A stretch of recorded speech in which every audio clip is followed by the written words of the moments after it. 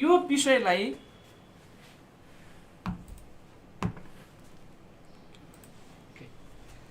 यो प्रश्नले के भन्न खोज्यो भन्दा पारदर्शिता प्रवर्धन मार्फत भनेको चाहिँ यो सूचनाको हकले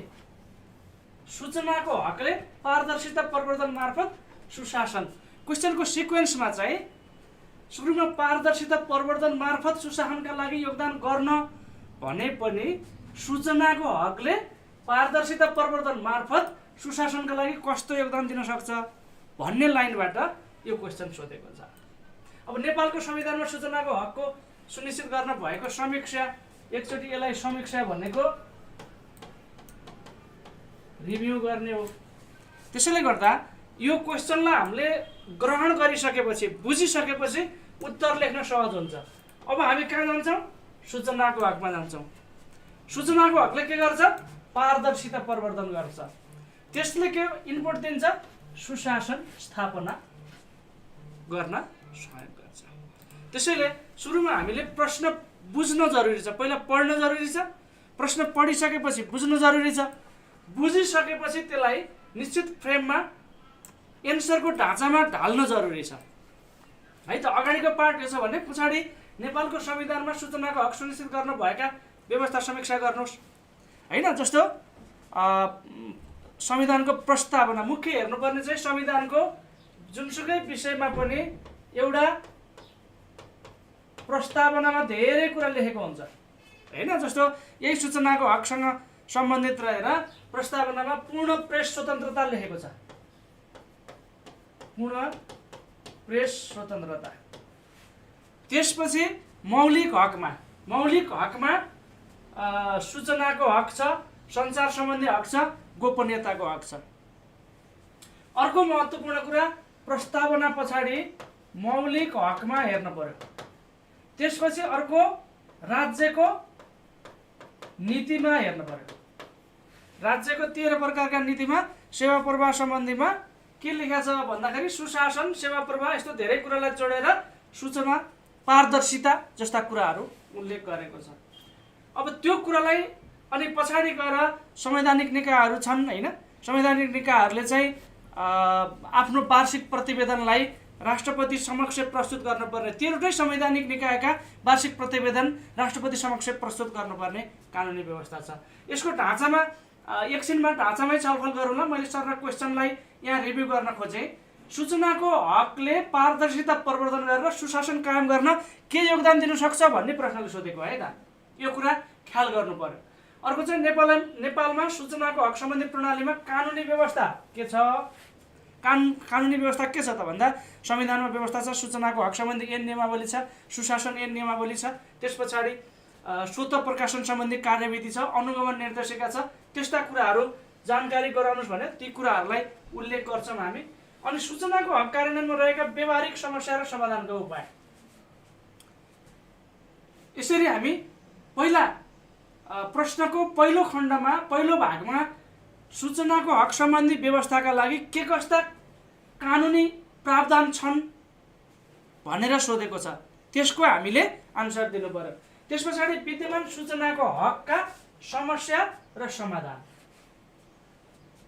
है त। यो कुरा तपाईहरुले ख्याल गर्नु पर्यो।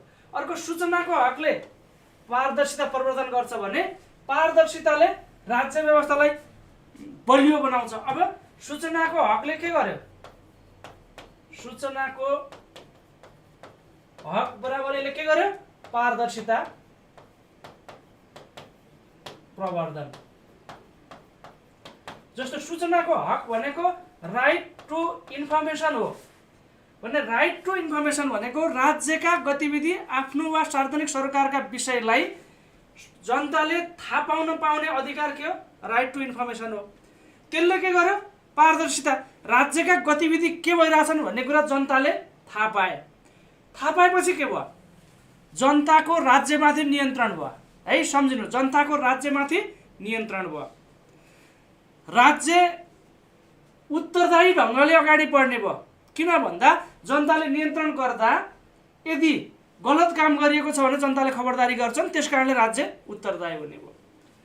कानुनको पालना हुने भयो अथवा कानुनी शासन वा कानुनी राज्य स्थापना हुने भयो हैन।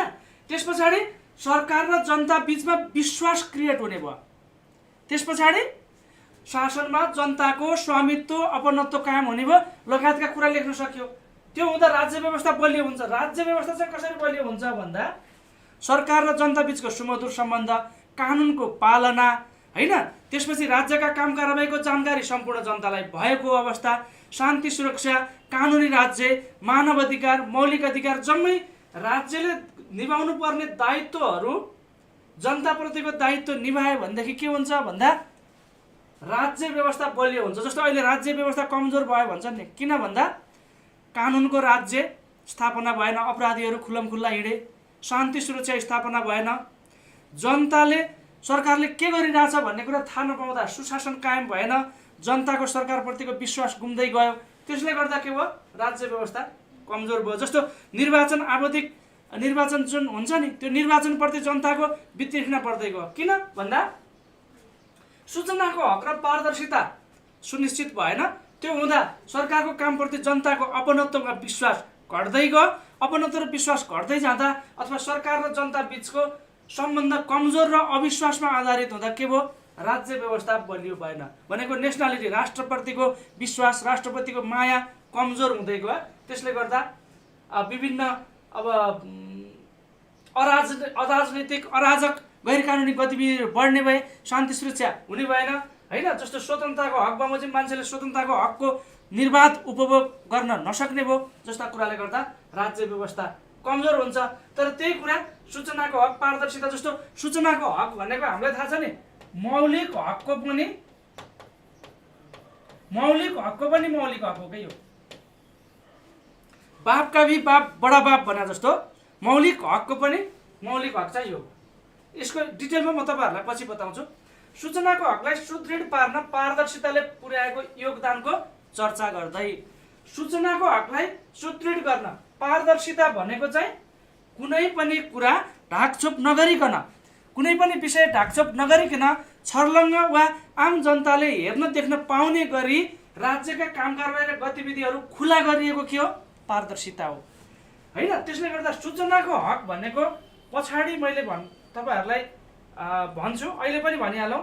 जस्तो एउटा चाहिँ स्वतः प्रकाशन हुन्छ, यो चाहिँ सक्रिय सूचना हो, सक्रिय सूचना। अर्को चाहिँ निष्क्रिय प्रकाशन हुन्छ। जस्तो एक खालको सूचना सरकारले 20 प्रकारका सूचना 3-3 महिनामा स्वतः प्रकाशन गर्नुपर्छ भन्ने छ। त्यो चाहिँ बाध्यकारी भयो। त्यो आम जनताले मागे पनि नमागे पनि त्यो सूचना स्वतः प्रकाशन हुन्छ। अर्को सूचना हुन्छ सूचनाको हक सम्बन्धी कानुनको प्रयोग गरेर आफ्नो वा सार्वजनिक सरकारको विषयलाई त्यो सार्वजनिक निकायमा रितपूर्वक निवेदन दिएर प्राप्त गर्ने सूचना हो। त्यो दुईटै हकबाट के हुन्छ, राज्यका काम कारबाही पारदर्शी हुन्छन्। त्यसले गर्दा सूचनाको हकले के गर्छ, जनताको जान्न पाउने अधिकारलाई सुनिश्चित गर्छ। सूचनाको हक भनेको कानुन बमोजिम हो, कानुन बमोजिम हो। अब पारदर्शिताले के गर्ने भयो भन्दा यो स्वतः प्रकाशन वा मागेपछि पाइने सक्रिय प्रकाशन वा निष्क्रिय प्रकाशन भन्दा पनि पारदर्शिताले चाहिँ अलरेडी प्रोएक्टिभ रूपमा, पूर्व क्रियाशील रूपमा सरकारले आफ्ना सबै सूचनाहरूलाई आम जनताको सामनेमा खुल्लमखुल्ला राख्ने भयो। त्यो खुल्लमखुल्ला राख्दा के भयो, सूचनाको हक स्वतः कार्यान्वयन भयो के। जुन राज्य पारदर्शी छ त्यो राज्यमा सूचनाको हक स्वतः कार्यान्वयन हुन्छ। अब यहाँनिर 2-3टा शब्द तपाईहरुले ख्याल गर्नु होला। एउटा सूचनाको हक, अर्को पारदर्शिता, अर्को सुशासन, अर्को लोकतन्त्र। हेर्नुस् है, जस्तो सूचनाको हक लोकतन्त्रको प्राणवायु हो भनेर भनिन्छ। मैले यसअगाडि तपाईहरुसँग प्रस्तुत गरेको सेसनमा पनि त्यो कुरा उल्लेख छ। भने अब सूचनाको हकलाई पारदर्शिताले प्रमोट गर्छ, पारदर्शिताले सूचनाको हकलाई गतिशीलता दिन्छ। भने यो पारदर्शिता र सूचनाको दुईटै काममा पनि के हुन्छ, सुशासन हुन्छ। सुशासन भयो भने लोकतन्त्र संस्थागत र बलियो हुन्छ। त्यो भएर यो चारवटा शब्दलाई कहिलेकाहीँ सोध्न पनि सक्छ। जस्तो सूचनाको हकले पारदर्शिता सुशासन प्रवर्धन गर्दै लोकतन्त्रलाई संस्थागत गर्न के कस्तो योगदान पुर्याउन सक्छ भनेर कहिलेकाहीँ अलिकति घुमाउरो पाराले सोध्न सक्छ। त्यसैले गर्दाखेरि लोकतन्त्र भनेको आम जनताले छानेका प्रतिनिधिहरूले शासन गर्ने व्यवस्था जनताको शासन व्यवस्था हो भने जनताको शासनको व्यवस्थामा जनताले आफूले पठाएका व्यक्तिहरूले के गरिरहेछन् भन्ने थाहा पाउने हक हुन्छ नि। त्यो हकलाई सुनिश्चित गर्ने पारदर्शिता हो नि। पारदर्शिता भनेको सुशासनको महत्त्वपूर्ण कम्पोनेन्ट हो। जस्तो सुशासनको TAP तीनटा कुरा मात्रै सम्झियो भने ट्रान्सपारेन्सी 1 नम्बरमा, एकाउन्टेबिलिटी 2 नम्बरमा, पार्टिसिपेसन 3 नम्बरमा। आम जनताको सहभागिता हुने, पारदर्शी हुने र जनताप्रति सरकार अथवा राज्य जवाफदेही हुने कुरा सुशासनको अब धेरै 10-8वटा तत्त्वहरू भन्न सकिन्छ। सुरुमा TAP भनेर सम्झिँदा सजिलो हुन्छ, ट्याप। त्यसले गर्दाखेरि यो कुरालाई हामीले सूचनाको हक, पारदर्शिता, सुशासन, लोकतन्त्र चारवटै टर्मिनोलोजीहरूलाई जोडेर बुझ्न पर्ने हुन्छ।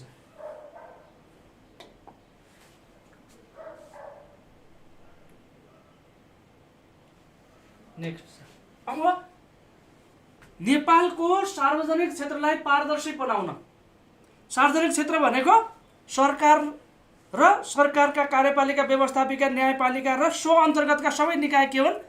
सार्वजनिक क्षेत्र हुन्।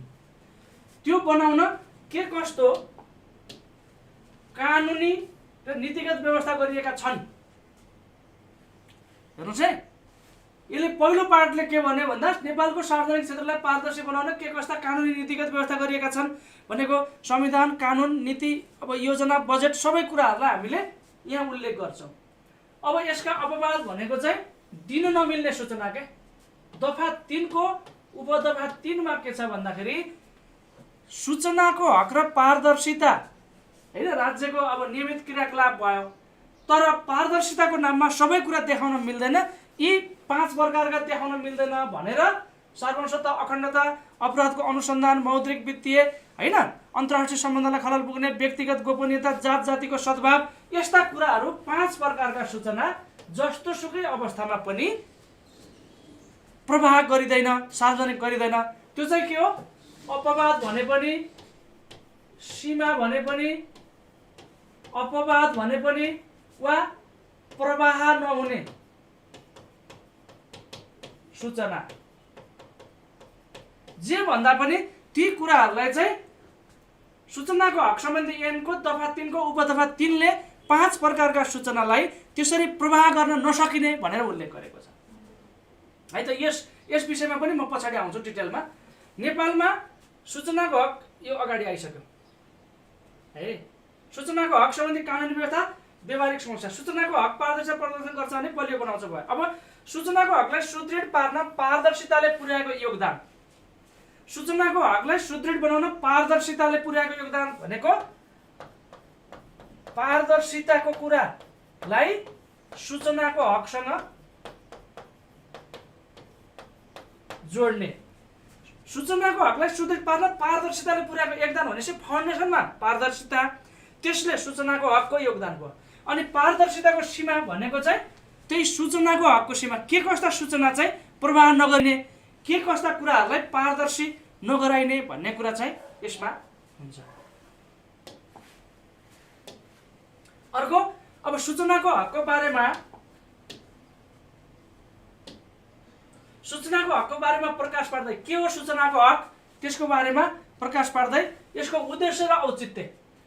उद्देश्य यसो गर्ने भनेको सूचना राज्यका काम कारबाहीलाई पारदर्शी र खुला बनाउने, राज्यका सम्पूर्ण काम कारबाही, निर्णय, प्रक्रिया, योजनाहरूमा आम जनताको पहुँच सुनिश्चित गर्ने हैन।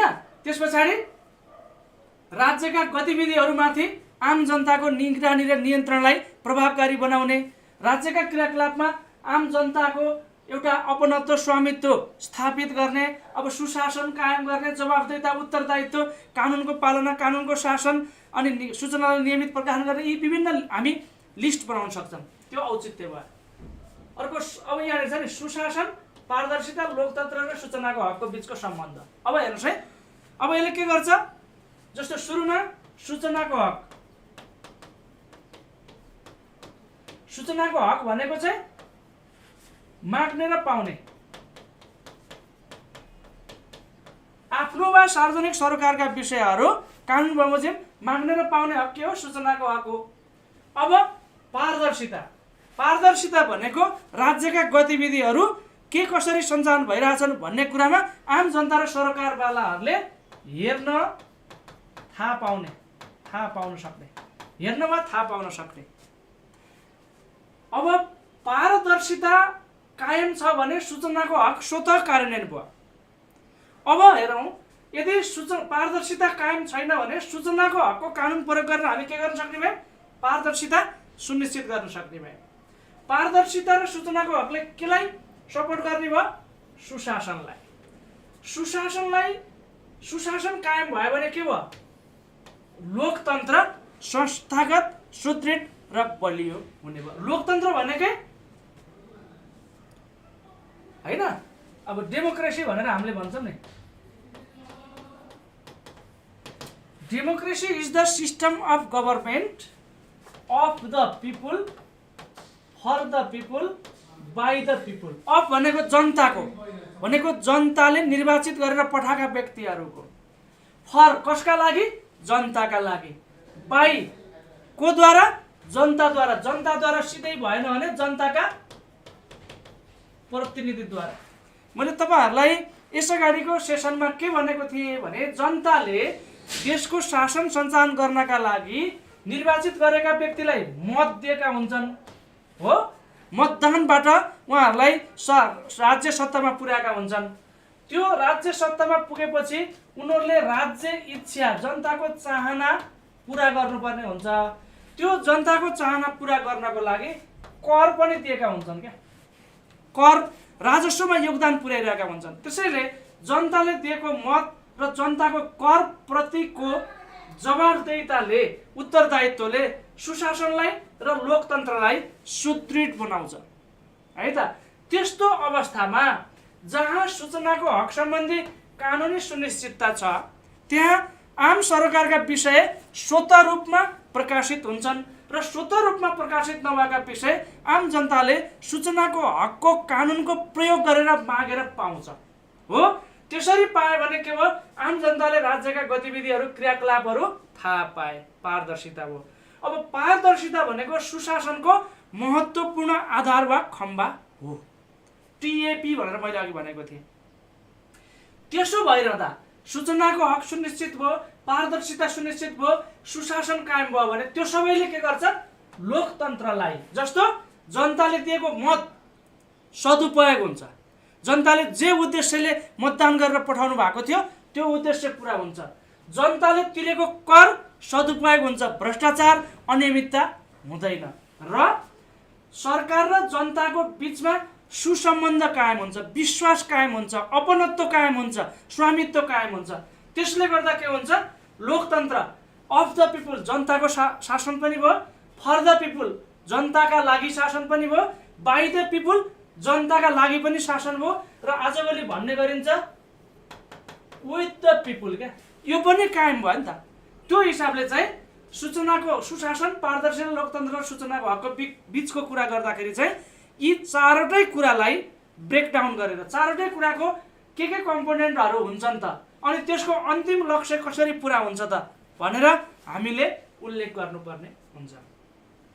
सार्वजनिक निकायका बारेमा प्रश्न पार्दै यिनको दायित्व, यो म तपाईलाई सार्वजनिक निकाय भन्नाले प्रचलित नेपालको संविधान र कानुन बमोजिम सरकारको निर्णय समेतले स्थापित भएका कार्यपालिका, व्यवस्थापिका, न्यायपालिकादेखि राजनीतिक दल र सामाजिक सङ्घ संस्थासम्मका 8-9 प्रकारका निकायलाई के भनिन्छ, सार्वजनिक निकाय भनिन्छ। अब तिनको दायित्व के हो त, नागरिकको सूचनाको हकको सम्मान र संरक्षण गर्ने हो नि त। अब त्यसका लागि प्रकाशन प्रसारण गर्ने, तालिम क्षमता अभिवृद्धि गर्ने, प्रक्रिया सरलीकरण गर्ने लगायतका 4-5वटा कुराहरू सार्वजनिक निकायको दायित्वको रूपमा हुन्छ। सूचनाको हकको कार्यान्वयनका समस्या तथा समाधान। समस्या भनेको के हो, बाधा हो। समाधान भनेको बाधा अड्काउ फुकाउने हो भनेको समस्या भनेको अवरोध वा बाधा हो जसले गर्दा हामीलाई अगाडि सूचनाको हकको कार्यान्वयन गर्न अप्ठ्यारो पर्यो, त्यो समस्या हो। जस्तो सूचनाको हकको कानुनकै बारेमा आम जनतालाई, आम सरकारवालालाई पर्याप्त रूपमा जानकारी नहुनु, सूचना अधिकारी तोकिएको छ, सूचना अधिकारीलाई पनि पर्याप्त क्षमता विकास नहुनु, कार्यकारिणी अथवा सरकारका निकायको चाहिँ गोप्यतावादी संस्कृति हुनु, सूचना लुकाउने प्रवृत्ति हुनु, कर्मचारीहरूमा तालिम क्षमता विकासको अभाव रहनु, नागरिक पनि त सशक्तिकरण र नागरिक शिक्षा कमजोर छ। सूचनाको हक सम्बन्धी कानुन आम नागरिकको मागको आधारमा भन्दा पनि सरकारले एउटा आपूर्तिमा आधारित बनाएको कानुन जस्तो हो हैन। अब बाधा समस्या जे थिए त्यही कुरालाई सुल्ट्याउने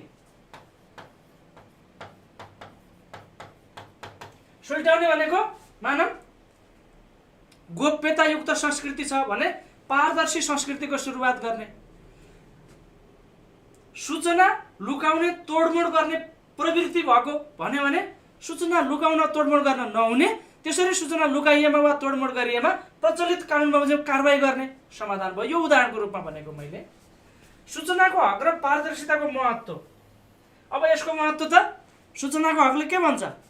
जनताको सरकारको विषय, नागरिकको सरकारको विषय, नागरिकको व्यक्तिगत सरकार वा सार्वजनिक सरकारको विषयलाई जानकारीका लागि माग्ने र मागे बमोजिम पाउने, माग्यो पाइयो भने के भयो? राज्यका काम कारबाही पारदर्शी भए। अब यसले सुशासन कायम गर्ने भयो, लोकतन्त्रलाई संस्थागत गर्ने भयो, नागरिकको सुसूचित हुने अधिकार सुनिश्चित गर्ने भयो हैन, लगायतका हामी महत्त्वहरू उल्लेख गर्छौँ। अब सूचनाको हक र पारदर्शिताको अन्तर सम्बन्ध, यी दुईटाको सम्बन्ध के छ त? सूचनाको हक र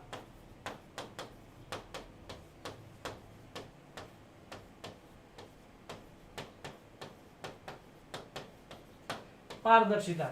सूचनाको हकले पारदर्शिता सुनिश्चित गर्छ हो। अब पारदर्शिताले के गर्छ?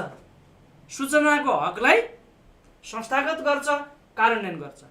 त्यसैले यी दुईटा एकदम सहयोगी हैन, परिपूरक हैन। जस्तो सूचनाको हक लोकतन्त्रको प्राणवायु हो, पारदर्शिता के हो? लाइफ लाइन भन्छ नि, जीवन नली। त्यो रक्त सञ्चारको बेला जुन नली भएर रगत हिँड्छ त्यही नशा हो भने यी दुईटाको सम्बन्धलाई त्यो आधारमा हामीले स्थापित गर्न सक्छौँ। अब थोरै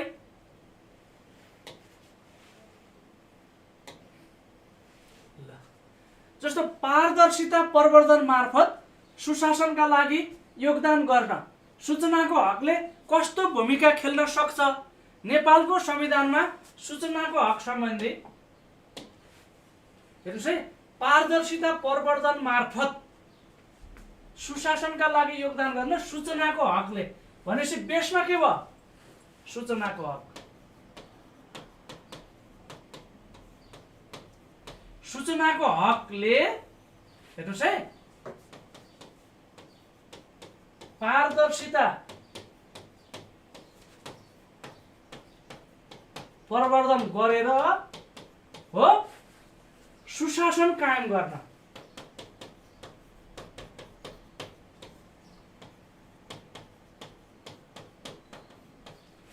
हैन, के योगदान गर्न सक्छ? सूचनाको हकले पारदर्शिता प्रवर्धन मार्फत सुशासन स्थापना गर्न के योगदान दिन सक्छ भन्दा त योगदान कसको? सूचनाको हकको। के माध्यमबाट? पारदर्शिताको माध्यमबाट। के को लागि? सुशासनको लागि। है, यो क्वेशनलाई अलिक घुमाउरो पाराले सोधेको छ। अब हामीले के लेख्नु पर्यो? पारदर्शिता के हो? थोरै पारदर्शिताको बारेमा जस्तो हामीले उत्तर लेख्दा सुरुमा परिचय अथवा भूमिका लेख्छौँ। राज्यका अथवा सार्वजनिक निकायका क्रियाकलापहरू कुनै ढाकछोप नभइकन खुल्लमखुल्ला तरिकाले सार्वजनिक रूपमा नागरिकको पहुँच हुने, नागरिकले थाहा पाउने गरी गरिनु के हो? पारदर्शिता हो। सुशासन भनेको राज्यका काम कारबाही र क्रियाकलापहरू नागरिकको हितमा केन्द्रित भएर सञ्चालन हुनु, जवाफदेही, उत्तरदायी, जवाफदेही, पारदर्शी, जनसहभागितामूलक, कानुन बमोजिम, 4-5वटा कुरा लेखेर त्यसरी हुनु के हो? सुशासन हो। अब सूचनाको हक भनेको चाहिँ, सूचनाको हक भनेको यसरी बुझौँ, माग्ने पाउने, आफ्नो वा सार्वजनिक सरोकारको जानकारी वा सूचना माग्ने वा पाउने सूचनाको हक हो। अब संवैधानिक व्यवस्था भन्यो भने नेपालको संविधान 2047 मा पनि सूचनाको हक सम्बन्धी व्यवस्था थियो, तर कानुन बनाई भनेको थियो 47 को संविधानको कार्यान्वयन अवधिभर कानुन बनेन।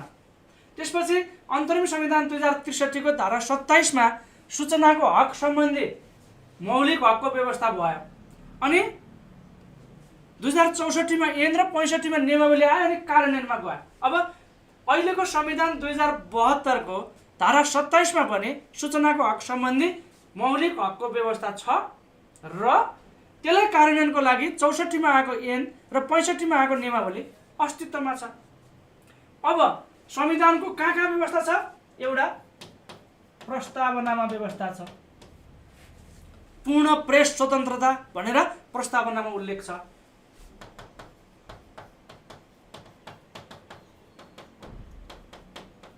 हैन? त्यसपछि अर्को अब सूचनाको हक धारा 27 भयो, 28 गोपनीयताको हक भयो, हैन? त्यसपछि सञ्चार सम्बन्धी हक, यसरी मौलिक हक, प्रस्तावना अनि राज्यको नीति त्यसमा छ। अब समीक्षामा के हुन्छ भने सूचनाको हक सुनिश्चित गर्न भएका व्यवस्थाहरूको समीक्षा गर्नुहोस् भनेको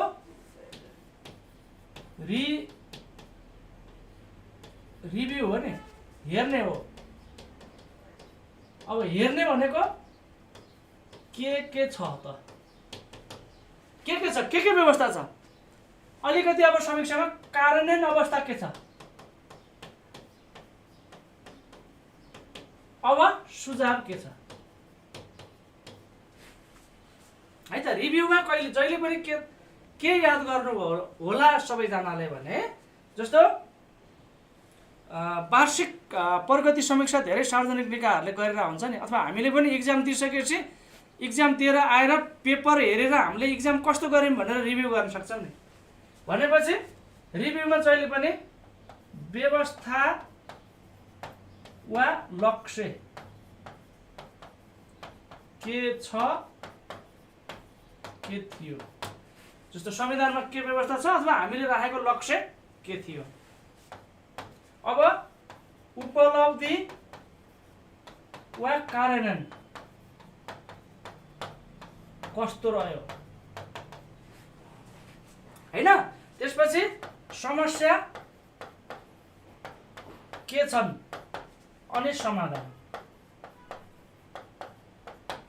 यो चारवटा कुरा, अब यो सबै चारवटा कुराको सबै लेख्छु भन्दा त समयले सम्भव नहोला, तर संविधानमा भएको व्यवस्था यो उपलब्धि वा कार्यान्वयन अलिकति कमजोर। अब यसलाई चाहिँ कमजोर हुनमा जस्तो राजनीतिक प्रतिबद्धताको कुरा होला, स्रोत साधन जनशक्तिको कुरा होला, हैन? त्यसपछि कानुनको पालना, कानुन संशोधन हुनुपर्ने, निर्माण हुनुपर्ने, पालना हुनुपर्ने कुरा होला। त्यो कुरालाई समाधान गरेर अगाडि बढेमा राम्रो गर्न सकिन्छ अथवा संविधानले राखेको लक्ष्य पुरा हुन सक्छ भन्ने हिसाबले चाहिँ हामीले यो विषय राख्नुपर्छ। जस्तो यहाँ के गर्न सकियो भने यसको उत्तर लेख्दा चाहिँ 2-3 लाइनमा पारदर्शिता, सूचनाको हक, सुशासन र संवैधानिक व्यवस्थाबारे छोटो परिचय भनेको, पारदर्शिता भनेको राज्यका क्रियाकलाप छर्लङ्ग हुने, ढाकछोप नहुने। सुशासन भनेको राज्यका क्रियाकलाप जनताप्रति जवाफदेही, पारदर्शिता, जनताको सहभागितामूलक हुनुपर्ने, हैन? सूचनाको हक भनेको सार्वजनिक सरकारमा आफ्नो सरकारको विषय माग्न वा माग्ने र पाउने व्यवस्था। अब संवैधानिक व्यवस्था भनेको नेपालको संविधान 2072 ले यो व्यवस्था सूचनाको हकको लागि छुट्टै मौलिक हक, प्रस्तावनामा पूर्ण प्रेस स्वतन्त्रता कुरा लगायतका व्यवस्था गरेको छ भनेर 2 लाइन हामीले यो सुरुमा परिचय अथवा पृष्ठभूमि भनेर परिचय पृष्ठभूमि भनेर 2-3 लाइन लेख्छौं। त्यो भनेको सुरुवात हो के। त्यसपछि पारदर्शिताको परिचय। अब पारदर्शिता परिचय भनेको अलिकति राज्यका क्रियाकलाप काम कारबाहीहरू कुनै ढाकछोप नगरिकन आम जनताले थाहा पाउने गरी आम जनताको पहुँच हुने गरी व्यवस्थित गर्नु, खुला राख्नु, हैन, त्यो कुरा चाहिँ पारदर्शिता हो। अब पारदर्शिता प्रवर्धनले सुशासनका लागि पुर्याउने योगदानका लागि सूचनाको हक भनेपछि सूचनाको हक भनेको यस्तो हो, हैन, सूचनाको हक यस्तो हो। यसले पारदर्शिताको लागि पारदर्शिता सुनिश्चित गर्न सहयोग गर्छ, जसले गर्दा सुशासन कायम हुन सक्छ। अब संविधानको व्यवस्था के छ? संविधानको व्यवस्था त प्रस्तावनादेखि विभिन्न संवैधानिक निकायहरूले वार्षिक प्रतिवेदन पेश गर्नुपर्ने सम्मको व्यवस्था छ, मौलिक हकमा व्यवस्था छ, राज्यको नीतिमा व्यवस्था छ भने त्यही व्यवस्था उल्लेख गर्ने। अनि यसको समीक्षा, अब समीक्षा लेख्दा कानुनमा वा संविधानमा लेखिनु मात्रै ठुलो कुरा होइन,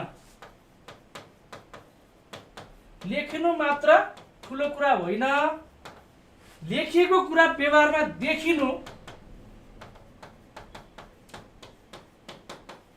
महत्त्वपूर्ण हो।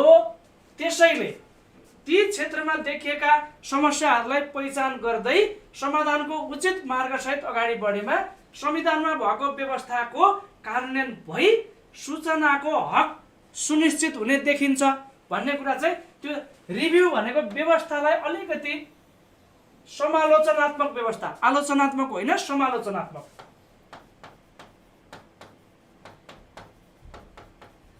समालोचनात्मकमा के हुन्छ? आलोचनामा नराम्रो कुरा मात्रै लेखिन्छ, समालोचनामा चाहिँ यस्तो छ, अझ यस्तो भएमा अथवा अझ यस्तो गरेर अगाडि बढेमा अझ राम्रो हुनेछ भनेर सुधारात्मक कुरा गरिन्छ। अब निष्कर्षमा अब के लेख्नु कि आफ्नो भाषा लेख्नुहोस् है। विषयवस्तु के आउनु पर्यो भन्दा आधुनिक राज्य प्रणाली, आधुनिक लोकतान्त्रिक राज्य प्रणालीमा सूचनाको हक महत्त्वपूर्ण रहन्छ। सूचनाको हक लोकतन्त्रको प्राणवायु पनि हो र पारदर्शिता भनेको त्यसको जीवन नली हो। त्यसैले गर्दाखेरि सूचनाको हक र पारदर्शिताका लागि संविधान र कानुनमा भएका व्यवस्थाको पूर्ण पालना गर्दै गएमा सुशासनको स्थापना हुने र लोकतन्त्र पनि संस्थागत हुने देखिन्छ। त्यसैले सबै सरकारवाला यसतर्फ सामूहिक रूपमा मिलेर जान जरुरी छ, हैन। अब त्यसमा कहीँ हामीले समृद्ध नेपाल, सुखी नेपालीको कुरा गरौँला, कहीँ लोकतन्त्रलाई संस्थागत गर्ने कुरा गरौँला, कहीँ सुशासन कायम हुने कुरा गरौँला। जहिले पनि निष्कर्ष भनेको चाहिँ सकारात्मक टुङ्गो हो। निष्कर्ष भनेको सकारात्मक टुङ्गोमा पुग्ने कुरा हो। त्यसैले यो कुरालाई ख्याल गर्नु पर्यो। अब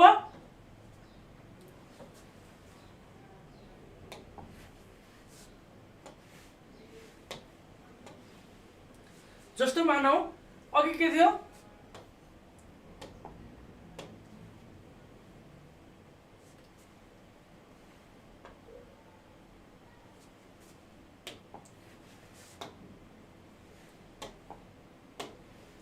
जस्तो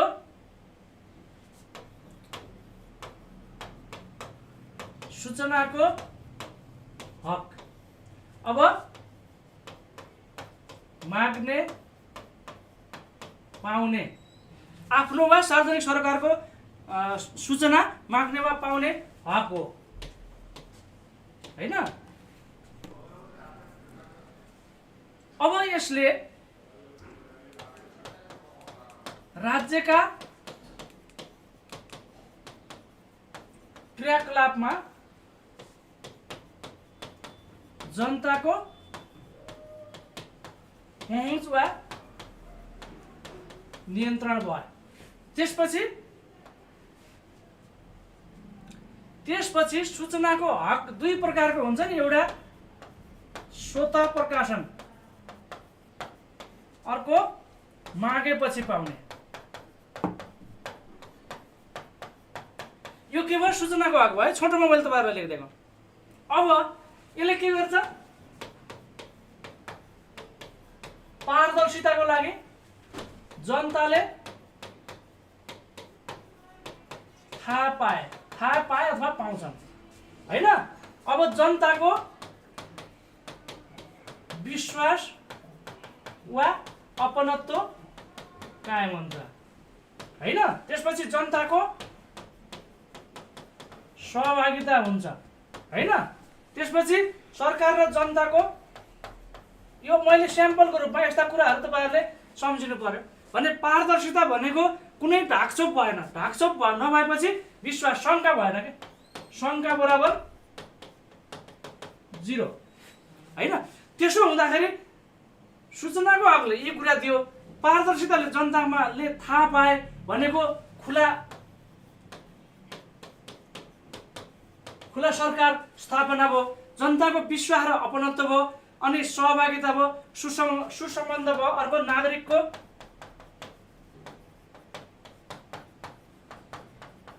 सशक्तिकरण हुने भयो हैन।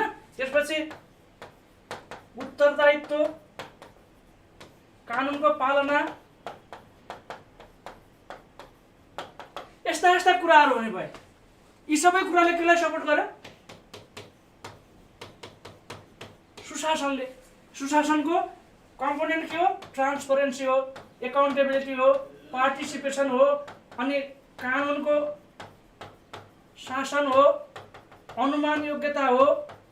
अनुमान योग्यता भनेको सूचनाको हक छ पारदर्शिता छ भनेदेखि अब सरकारले के गर्दैछ भन्ने कुरा त अनुमान गर्न सक्यो नि त हैन। जस्तो कसैले क्राइम गर्यो ल त्यसलाई दण्ड हुन्छ हैन। कसैले राम्रो काम गर्यो ल यसलाई राज्यको तर्फबाट प्रोत्साहन हुन्छ भन्ने कुरा चाहिँ थाहा हुन्छ। यसैले सूचनाको हकका कम्पोनेन्ट यी हुन्। यसले पारदर्शितालाई सपोर्ट गर्यो जसले गर्दा सुशासन कायम हुन योगदान पुर्यायो भनेर हामीले यो 3टा कम्पोनेन्टबाट लेख्नु पर्यो। सायद तपाईहरुले बुझ्नु भयो होला।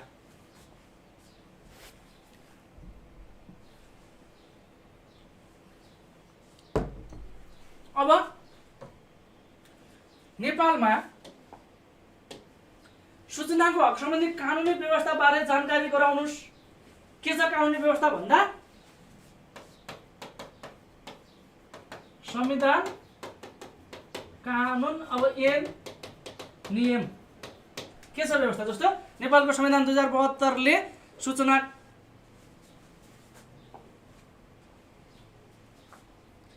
हैन सूचनाको हक सम्बन्धी मौलिक हकको व्यवस्था गरेर अघिकै कुरा दोहोरिरहेछन् किन टपिक एउटै हो। त्यसपछि प्रस्तावनामा भएको कुरा हैन। त्यसपछि राज्यको नीतिमा भएको कुरा संविधान निकायका प्रतिवेदनहरू प्रस्तुत गर्नुपर्ने कुरा अनि सूचनाको हक सम्बन्धी ऐन 2064 अनि नियमावली 65 हैन यो कुरा छ।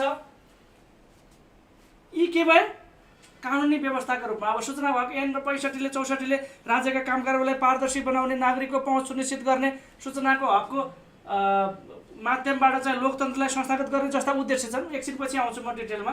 त्यो कुरा के भयो ती कुराको व्यवस्था भयो। अब यसका व्यवहारिक समस्या अघि पनि मैले भनेको थिएँ तपाईहरुलाई समस्या र समाधानको उपाय म पछाडी सरसर्ती देखाउँछु। त्यो भएर अब सूचनाको हकको छोटो परिचय यसको उत्तर लेख्दा सूचनाको हक भनेको यस्तो हो हैन।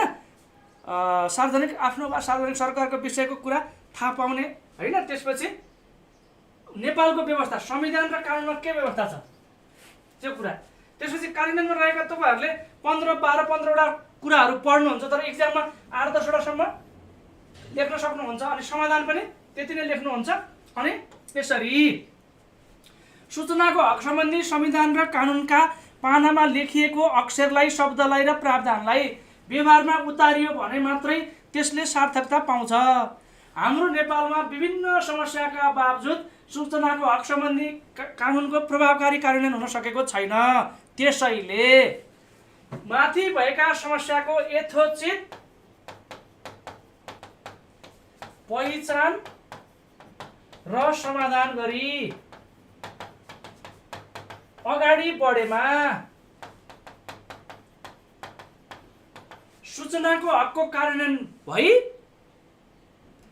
कानुनी व्यवस्थाको प्रभावकारिता बढ्दै जानेछ। अब त्यो आफ्नो लेख्ने तरिका हुन्छ है। अब तपाईहरु मैले यही गरी लेख्नु भने त्यो तपाईँले कण्ठ गर्न थाल्नु भने गलत हुन्छ। निष्कर्ष भनेको सकारात्मक टुङ्गो हो।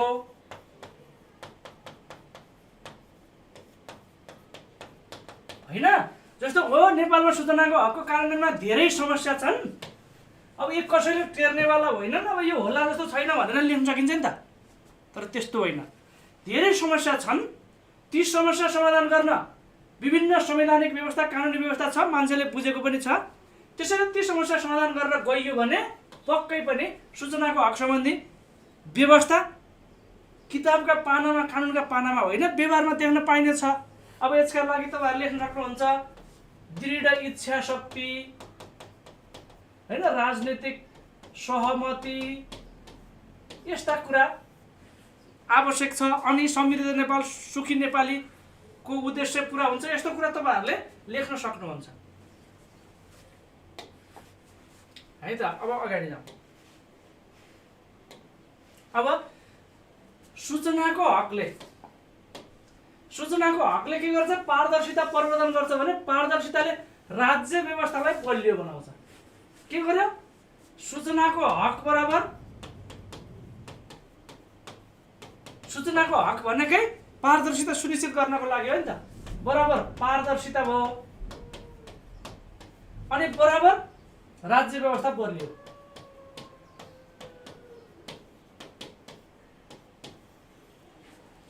अब हामीले सूचनाको हक र पारदर्शिताको परिचय लेख्छौँ, छोटो आफ्नो क्षमता अनुसार 2-3 लाइन लेख्छौँ। सूचनाको हक यो, पारदर्शिता यो, यसलाई यसरी पढाइन्छ। सूचनाको हकले पारदर्शिता बढाउने, पारदर्शिताले राज्य व्यवस्था बलियो बनाउने कुराको व्यवहारिक उदाहरण दिई लेख्ने अनि निष्कर्ष लेख्ने है त। अब अगाडि बढौँ। के भनेको थियो त्यहाँ भन्दा सूचनाको हक, अघि हामीले सूचनाको हक, पारदर्शिता र यता सुशासन भनेका थियौँ। अब बलियो राज्य है त। अब सूचनाको हक एउटा माग्ने र अघि भएकै कुरा पाउने हक हो। यो सक्रिय र निष्क्रिय भनेको सक्रिय स्वत रूपमा, निष्क्रिय मागेपछि, अनि यो चाहिँ लोकतन्त्रको प्राणवायु हो। अब सूचनाको हकको बारेमा यो कुरा हो। अब यो सूचनाको हकले चाहिँ के भन्छ? राज्यका गतिविधि सार्वजनिक हुन्छन् हो। यति कुरा त हुन्छ भने पारदर्शिताले के हुन्छ? अब आम जनताले जानकारी वा थाहा पाएपछि जनताको सहभागिता, स्वामित्व बढ्यो। त्यसपछि राज्यप्रतिको विश्वास बढ्यो। त्यसपछि स्वामित्व पनि बढ्यो। स्वामित्व यहाँ आइसक्यो। अनि राज्य र अब नागरिक र राज्य बीचको सुसम्बन्ध भयो। अब कानुनको पालना भयो, कानुनी राज्य भयो, नागरिकको सशक्तिकरण भयो। यस्ता धेरै कुराहरू हुन सक्छन् है। तपाईहरुले म पछाडि सरसर्ती राख्छु। अब बलियो राज्य हुँदा के हुने भयो? स्थिर सरकार हुन्छ हैन, मानव अधिकार, मौलिक अधिकार कार्यान्वयन हुन्छ हैन। त्यसपछि अब बलियो राज्य भनेको चाहिँ जस्तो आम जनताले कर तिर्छन्, करको सदुपयोग हुन्छ, राष्ट्रियताको भावना जाग्छ, अनि लोकतन्त्र संस्थागत हुन्छ।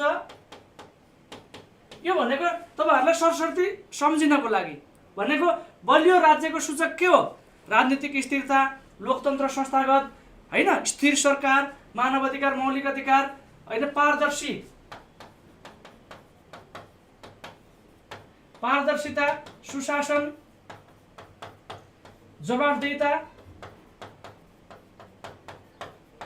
हैन।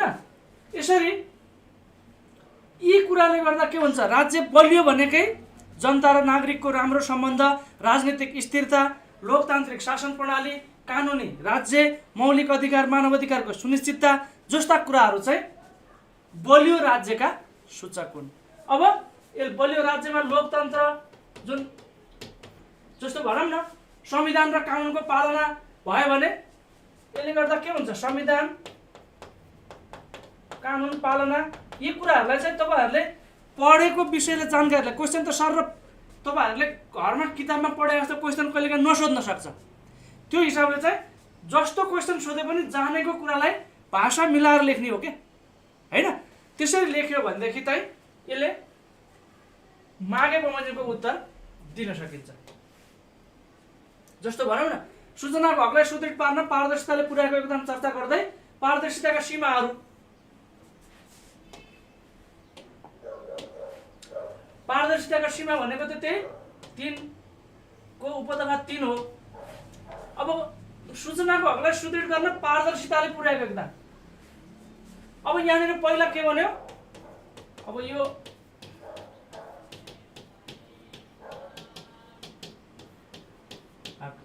अब यहाँनिर हामीले अघि यो त चल्ला जेठो कि अन्डा जेठो भने जस्तो छ कि यहाँनिर सूचनाको हकले पारदर्शिता हो कि पारदर्शिताले सूचनाको हक हो भन्नेमा चाहिँ अब पारदर्शिता सुनिश्चित छ भने सूचनाको हक स्वतः कार्यान्वयन हुन्छ। यसरी बुझौँ है। यदि त्यस्तो अवस्था भएन भने सूचनाको हक सम्बन्धी कानुन बनाएर सूचनाको हकलाई सुनिश्चित गरियो भने त्यसले पारदर्शिता बढाउने भयो। यी चाहिँ परिपूरक रूपमा छन् होइन। त्यो हिसाबले चाहिँ फाउन्डेसनमा चाहिँ सूचनाको हक हुन्छ, त्यसपछि पारदर्शिता हुन्छ, अनि सुशासन अनि लोकतन्त्रको विकास। त्यसले गर्दा अब पारदर्शिताले सूचनाको हकलाई के योगदान पुर्याउँछ, पारदर्शिता भन्ने बित्तिकै राज्यका क्रियाकलाप र गतिविधिहरू आम सरकारको लागि खुला रहनु, त्यसले के सुनिश्चित गर्यो, सूचनाको हक सुनिश्चित गर्यो। अब यहाँनिर पारदर्शिता भनेको के हो अघि लेखे जस्तै लेख्नु पर्यो। अनि सूचनाको हक भनेको माग्ने पाउने स्वतः प्रकाशन, अब मागेपछि पाउने होइन। त्यस पछाडि राज्यका क्रियाकलाप सूचना चाहिँ नियमित रूपमा कानुन बमोजिम आउने, कानुनको पालना हुने भयो। अब यो भनेको चाहिँ सूचनाको हकलाई सुदृढ बनाउन। अब पारदर्शिता जति बढ्दै गयो सूचनाको हक त्यति सुदृढ हुँदै जान्छ, पारदर्शिता जति कमजोर भयो सूचनाको हक त्यति कमजोर हुँदै जान्छ। यसको चाहिँ यो विज्ञानमा हुन्छ नि समानुपाती र व्युत्क्रमानुपाती सम्बन्ध भने जस्तो यसको चाहिँ समानुपाती सम्बन्ध छ। यो बढे यो पनि बढ्छ, यो घटे यो पनि घट्छ। अब जस्तो मानौ सूचनाको हक सुदृढ पार्न पारदर्शिताले पुर्याएको योगदान, जस्तो सूचनाको हक भनेको आफ्नो वा सार्वजनिक सरकारको विषय माग्ने वा पाउने हो। पारदर्शिता सुनिश्चित त भने त माग्नै परेन त, नमागिकन पाइयो त, नमागिकन नै स्वतः रूपमा प्राप्त भयो। त्यो भएर सूचनाको हक भनेको मागेर पाउने कुरा थियो भने पारदर्शिताले नमागिकन उपलब्ध गरायो। अब एउटा उदाहरणको रूपमा होइन। त्यसपछि यसलाई चाहिँ पुष्टि गर्ने, जस्तो मानौ पारदर्शिता भनेको जस्तो मानौ उदाहरणको लागि संसदको बजेट अधिवेशन हो, यो चाहिँ प्रत्यक्ष भयो, प्रत्यक्ष प्रसारण भयो। आम जनतालाई के जिज्ञासा थियो, बजेट कतिको आउँछ, केमा कति थियो भन्ने आम जनताको जिज्ञासा के भयो, समाधान भयो। अनि त्यो उदाहरणले संसदको बजेट अधिवेशन विभिन्न मिडिया श्रव्य दृश्य मिडियाबाट रेडियो अथवा टेलिभिजनहरूबाट वा दुवैबाट प्रत्यक्ष प्रसारण भयो भने त मान्छेले रेडियो सुन्ने टेलिभिजन हेर्ने गरेर केमा बजेट कतिको आयो, चालु कति, पुँजीगत कति, वित्तीय व्यवस्था कति, समाज कति बढ्यो, तलब कति बढ्यो होइन, लगायतका बजेटमा जे पनि कुरा आउँछन्, राष्ट्रिय गौरवका योजनालाई कति बजेट छुट्याइयो, विभिन्न लक्षित कार्यक्रमलाई कति छुट्यायो, सबै कुरा त्यही आउँछ त। कति प्रकारका औषधि निःशुल्क रूपमा दिने भयो, लगायतका सबै कुरा त्यहाँ आयो भने कसैले मागिरहन पर्यो, परेन। त्यसले गर्दा अहिले त 3 तहका सरकार छन्। तपाईँ हाम्रो ल सङ्घीय संसदको नि प्रत्यक्ष प्रसारण हुन्छ, बजेट अधिवेशनको, प्रदेशको पनि हुन्छ, स्थानीय तहहरूले पनि आफ्नो वार्षिक बजेटको चाहिँ प्रत्यक्ष प्रसारण गरिरहेका हुन्छन् स्थानीय एफएम टेलिभिजनबाट। भने आम जनताले थाहा पाउनुपर्ने कुरा सूचनाको हकको प्रयोग नगरिकनै प्रत्यक्ष प्रसारण मार्फत थाहा पाए जिज्ञासा समाधान भयो भने यस्तै अरू उदाहरण दिएर हामीले त्यसलाई पुष्टि गर्न सक्छौँ। अनि निष्कर्ष चाहिँ प्रश्नले भने जस्तै सूचनाको हकलाई सुदृढ पार्न पारदर्शिताको महत्त्वपूर्ण योगदान हुन्छ। त्यो योगदान पुरा गर्नको लागि सरकार र यसका निकायहरू सबै विषयमा पारदर्शी ढङ्गले अगाडि बढ्नुपर्ने देखिन्छ भनेर निष्कर्ष लेख्छौँ। अब पारदर्शिताका सीमाहरू त्यति हुँदाहुँदै पनि सबै कुरा राज्यका क्रियाकलाप मध्ये कतिपय संवेदनशील विषयलाई चाहिँ यदि लुकाइएन भने त्यसले होइन राष्ट्रिय अस्मिता, सार्वभौमसत्ता, अखण्डता, मौद्रिक, वित्तीय जे छन् नि 5 प्रकारका कुराहरू, ती कुरालाई असर पार्ने भएकोले निश्चित सीमाभित्र रहेर पारदर्शिता र सूचनाको हकलाई व्यवस्थित गर्नुपर्ने हुन्छ भन्ने खालको निष्कर्ष भनेको अगाडि जे आन्सर लेख्यो त्यसको सकारात्मक टुङ्गो है त, यसरी चाहिँ बुझ्नुपर्ने हुन्छ। अब हामी अगाडि बढौँ। अर्को चाहिँ अघि भनेकै क्वेसन हो, सार्वजनिक क्षेत्रलाई पारदर्शी बनाउन के कस्ता कानुनी र नीतिगत व्यवस्था छन् हैन। जस्तो सार्वजनिक क्षेत्रलाई पारदर्शी बनाउनु लोकतान्त्रिक राज्यको लागि अपरिहार्य विषय हो। यसका लागि नेपालमा विभिन्न संविधान, कानुन र विभिन्न नीतिगत व्यवस्थाहरू गरिएको छ जसबाट पारदर्शितालाई सुनिश्चित गर्ने कोसिस गरिएको छ। परिचय लेख्दा हामीले त्यसरी लेख्छौँ हैन। अब यसका अपवाद भनेको त त्यही सीमा भइसक्यो, उही कुराहरू एकदम रिपिट भइरहेको छ हैन। अब सार्वजनिक क्षेत्र भनेको सरकार र यस अन्तर्गतका निकाय हो। तिनीहरूले पारदर्शी बनाउन लोकतान्त्रिक राज्य व्यवस्थामा अपरिहार्य अथवा अनिवार्य रहन्छ। यसका लागि विभिन्न नीतिगत व्यवस्थाहरू गरिएका छन् जसलाई यस प्रकार उल्लेख गर्न सकिन्छ हैन। अनि यसको अपवाद, यसका अपवाद भनेको सूचनाको हकको वा पारदर्शिताको, अपवाद भनेको सीमा। अनि यसरी राज्यले आफ्नो क्रियाकलापलाई, सार्वजनिक क्षेत्रलाई पारदर्शी बनाउन संविधानदेखि विभिन्न नीतिगत व्यवस्था, कानुनमा कानुनी र नीतिगत व्यवस्था भएको छ। तिनको पालनामा केही कमी कमजोरी देखेका छन्।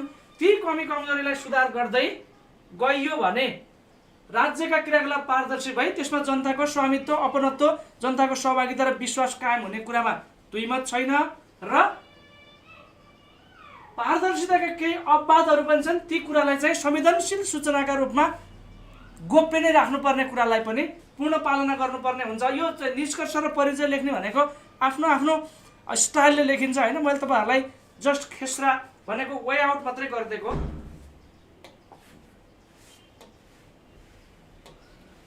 ल अब हामी अघि भनेको विषयवस्तुमा चाहिँ परिचयमा के लेख्ने त भन्दा जस्तो सूचनाको हक अथवा पारदर्शिताको आयो भने सूचना भनेको कुनै घटना, काम, विषयको जानकारी, थाहा, दस्तावेज, समाचार, तथ्य, तथ्याङ्क, आँकडा, अभिलेख, ध्वनि, दृश्य आदि के हो? सूचना हो। हक भनेको अधिकार हो। अब यो कुरालाई हामीले सेन्टेन्समा लेख्ने भयौँ के। सूचना भनेको सार्वजनिक सरकारका विषयमा भएको कुनै काम, घटना, विषयको जानकारी, थाहा यस्तो हो। अब त्यो हक भनेको कानुनमा पनि पाउने हो। अब मुख्य कुरा के हो भने हामीले अस्ति नै मैले अध्ययन तथा लेखन सिपमा पनि के भनेको थिएँ भने कुनै भनाइ लेखेर सक्यो भने जस्तो सूचना र ज्ञान नै शक्ति हो। सूचना माग्ने र पाउने हक अधिकार, सूचनाको हक पारदर्शिता र सहभागिताको अधिकार हो। सूचना छ सबै छ, सूचना छैन केही छैन, सूचना नै सबै थोक हो। यस्ता कुरालाई तपाईले कहाँनिर लेख्न सक्नुहुन्छ हैन। जस्तो सूचना नै शक्ति हो, सूचना र ज्ञान नै शक्ति हो, information and knowledge is power हैन भनेर तपाईहरुले त्यसरी भन्न सक्नुहुन्छ भने यही कुरालाई बीचमा पनि राख्न सक्नुहुन्छ। तर सुरुमा प्रश्नको उत्तर लेख्न अगाडि माथि टक्क हैन यस्तो भनाइ कुराहरू राख्यो भने त्यसले चाहिँ उत्तरलाई मिठासपूर्ण बनाउन सक्छ।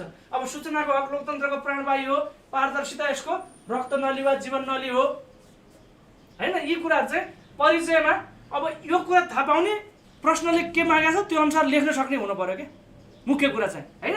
त्यस पछाडि यसका तत्त्व चाहिँ अब नागरिक, सरकार, मिडिया र सूचना चारवटा हुन्छ। अब यसमा ककसको कहिलेकाहीँ सूचनाको हकलाई प्रभावकारी रूपमा बनाउन सरकारवालाको भूमिका उल्लेख गर्नु भन्यो भने नागरिकले के गर्ने? खबरदारी गर्ने, माग गर्ने हैन, निगरानी गर्ने। सरकारले चाहिँ नागरिकको आशय बमोजिम, नागरिकको माग बमोजिम उपलब्ध गराउने। मिडियाले चाहिँ के गर्ने? मिडिएसन गर्ने के मिडिएटरको भूमिका, संयोजनको भूमिका गर्ने। जस्तो मानव संसदको प्रत्यक्ष प्रसारण हुने भयो भने त्यसमा प्रत्यक्ष प्रसारण कसले गर्ने? मिडियाले गर्ने। अनि के को गर्ने त भन्दा सूचनाको गर्ने।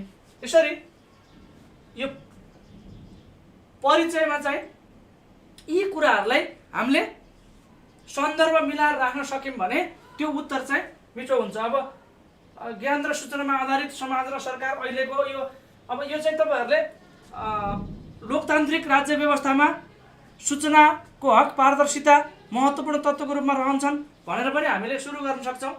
हरेक जनताले यो चाहिँ शासन व्यवस्था, राज्य व्यवस्था र विश्व व्यवस्थाको बारेमा थाहा पाउन पर्छ।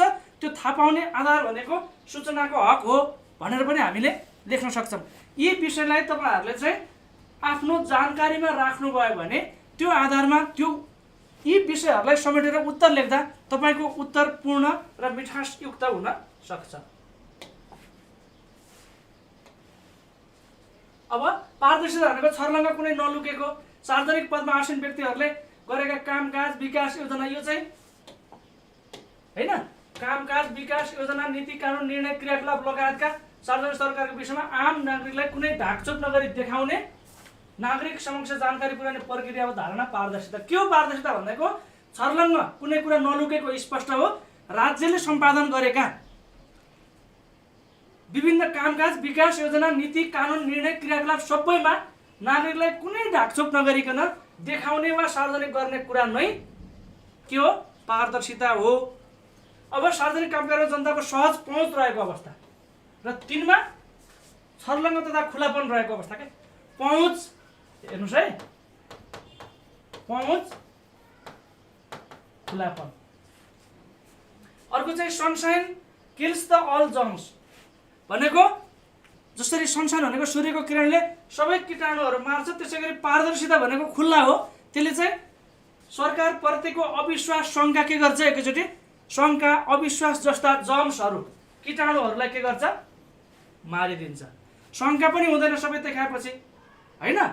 त्यस्तो अवस्थाले चाहिँ त्यो शङ्का, अविश्वास हैन त्यस्ता कुराहरूलाई चाहिँ निमिटार्न पार्छ अथवा मार्छ। सूचना पारदर्शिता यस्तो विषय हो जसको प्रभावकारी कार्यान्वयनबाट सार्वजनिक पदाधिकारीहरूमा जवाबदेहिता वृद्धि गराउँछ। हामीले पारदर्शिताले के भनेको थियौँ? हामीले अघि जवाबदेहिता बढाउँछ भनेको थियौँ। अनि भ्रष्टाचार र अनियमितता नियन्त्रण हुन्छ। किनभने भ्रष्टाचार र अनियमितता नियन्त्रण हुने भनेको कानुन बमोजिम काम हुन्छ।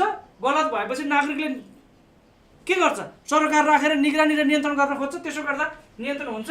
अनि शासन व्यवस्थाका हरेक तहमा नागरिकको सहभागिताका लागि भनेपछि अघि नै हाम्रो विषय के थियो? सूचनाको हकले पारदर्शिता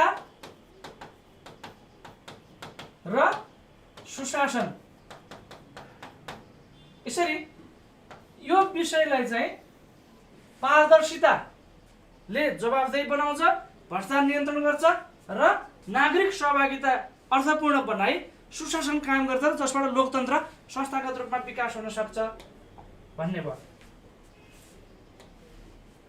अब ट्रान्सपरेन्सी भनेको यस्तो हो, छ्याङ्ग छर्लङ्ग चारैतिर वारिपारिबाट देखिने हो। अब यो परिभाषा यो तपाईँहरूलाई अस्तिको सेसनमा पनि मैले उल्लेख गरेको थिएँ, यसमा धेरै नजाउँ।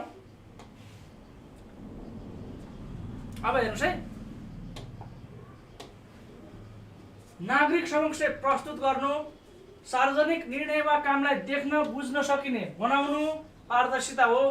कुनै पनि विषयलाई प्रष्ट देखाउनु के पारदर्शिता भनेको प्रष्टता, स्पष्टता, देखिने, छर्लङ्ग, खुलाउनु, सञ्चार गर्नु, सम्प्रेषण गर्नु, प्रकाशन गर्नुलाई पारदर्शिता भनिन्छ। यसले निम्न दुई कुरा समेट्छ। जान्न पाउने, राइट टु नो, सूचनाको हक भनेको राइट टु इन्फर्मेसन हो नि, त्यही राइट टु इन्फर्मेसनलाई यसले सुनिश्चित गर्यो र यसले पहुँच एक्सेस इन्फर्मेसनमा भनेपछि सूचनाको हकलाई पारदर्शिताले जान्न पाउने अधिकार र एक्सेसको अधिकार दिएर सुनिश्चित गर्यो के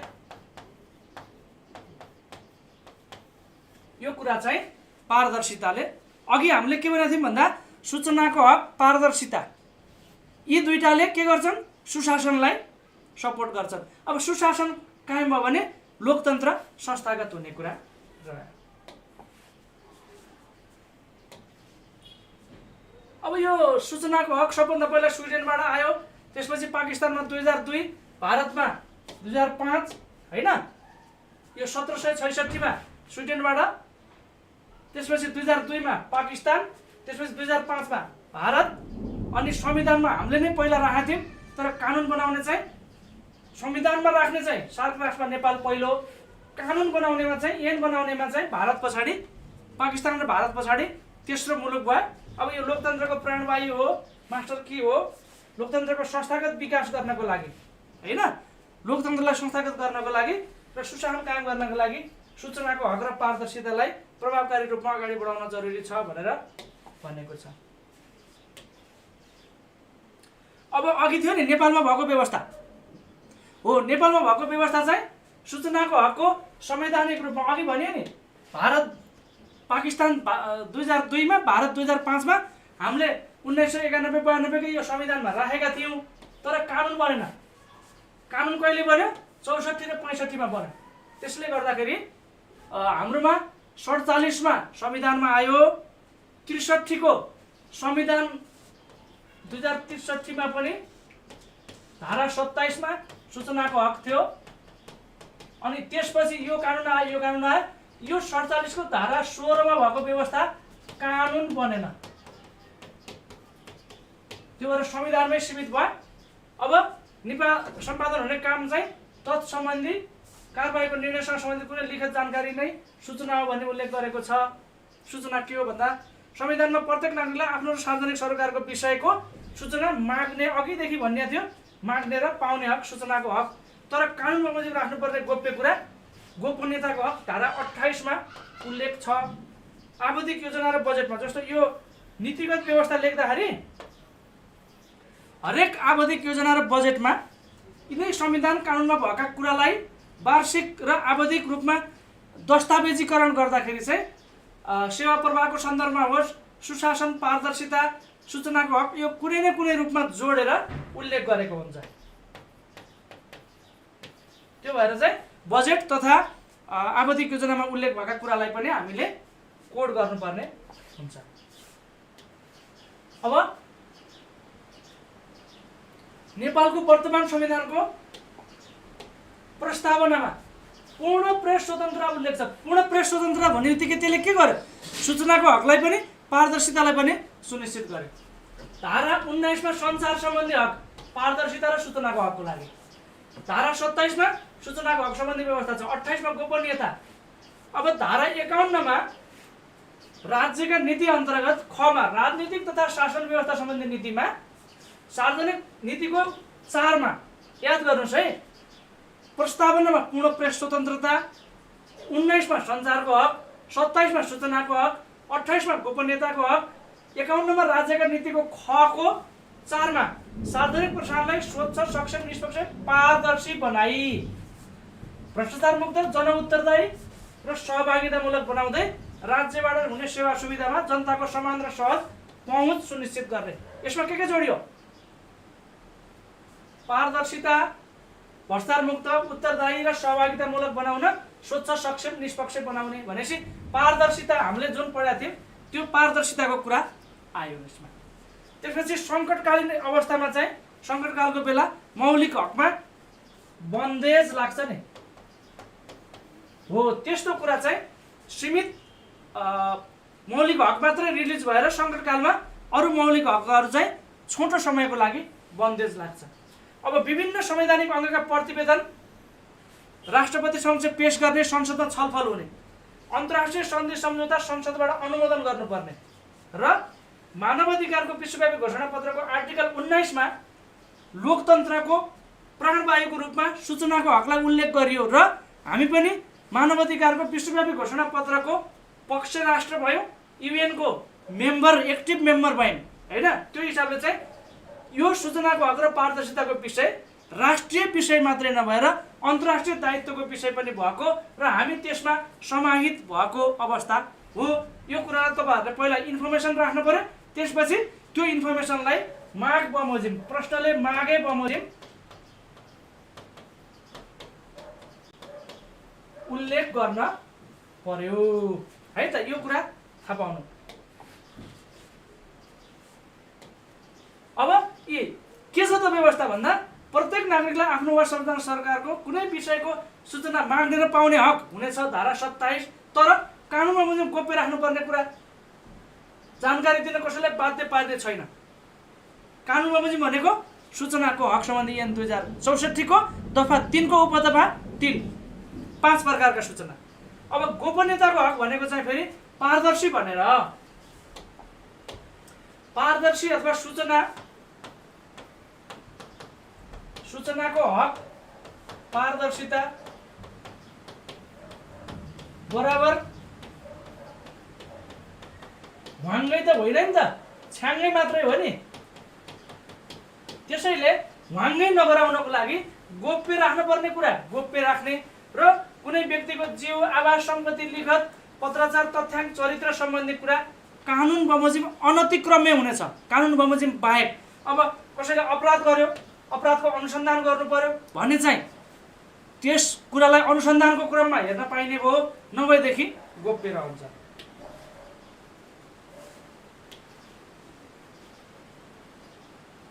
अब सूचनाको हक सम्बन्धी ऐन 2064 र नियमावली 2065 यसको उद्देश्य के छ भनेर म बताउँछु। सूचनाको हक कार्यान्वयन सम्बन्धी अनुगमन निर्देशिका 2076 छ। सरकारी निकायले स्वतः प्रकाशन प्रोएक्टिभ डिस्क्लोजर गर्नुपर्ने 71 को निर्देशिका छ। त्यो चाहिँ 20 बुँदे सूचना। मैले यो कुरा चाहिँ अस्ति सूचनाको हक र पारदर्शिताको डिटेल प्रेजेन्टेसनमा तपाईँहरूलाई देखाएको पनि थिएँ। अब सूचना चाहिँ अघि मैले भनेको थिएँ, सूचना सक्रिय सूचना र निष्क्रिय सूचना हुन्छ। सक्रिय भनेको स्वतः प्रकाशन यही 20 बुँदे हो। निष्क्रिय सूचना भनेको चाहिँ सूचनाको हक सम्बन्धी कानुनको प्रयोग गरेर नागरिकताको प्रतिलिपि सहित सार्वजनिक निकायमा माग गरेर जुन पाइन्छ त्यो चाहिँ मागेर पाइने सूचना हो। अनि राष्ट्रिय सूचना आयोग चाहिँ राष्ट्रिय सूचनाको हकको पालना सम्मान गर्नको लागि एउटा संवैधानिक निकाय होइन, तर यो सूचनाको हक सम्बन्धी ऐनमा उल्लेख गरेर स्थापना भएको 3 सदस्यीय आयोग हुनेछ होइन। त्यो चाहिँ अब संविधानमा आयोगको उल्लेख छैन, संवैधानिक निकाय होइन, तर व्यवहारमा चाहिँ एउटा सूचनाको हकको पालनाको लागि एउटा खबरदारी र निगरानी गर्ने निकायको रूपमा सूचनाको हक सम्बन्धी यो ऐन बमोजिम आयोगको व्यवस्था छ। अब हेर्नुहोस् है, यति मात्रै होइन, नेपालमा भएको व्यवस्था चाहिँ वार्षिक प्रतिवेदन सार्वजनिक गर्ने, सबैको यो सूचना ट्रान्स गर्ने वेबसाइट, सबै सार्वजनिक निकायको वेबसाइट चाहिँ अनिवार्य वेबसाइट छ।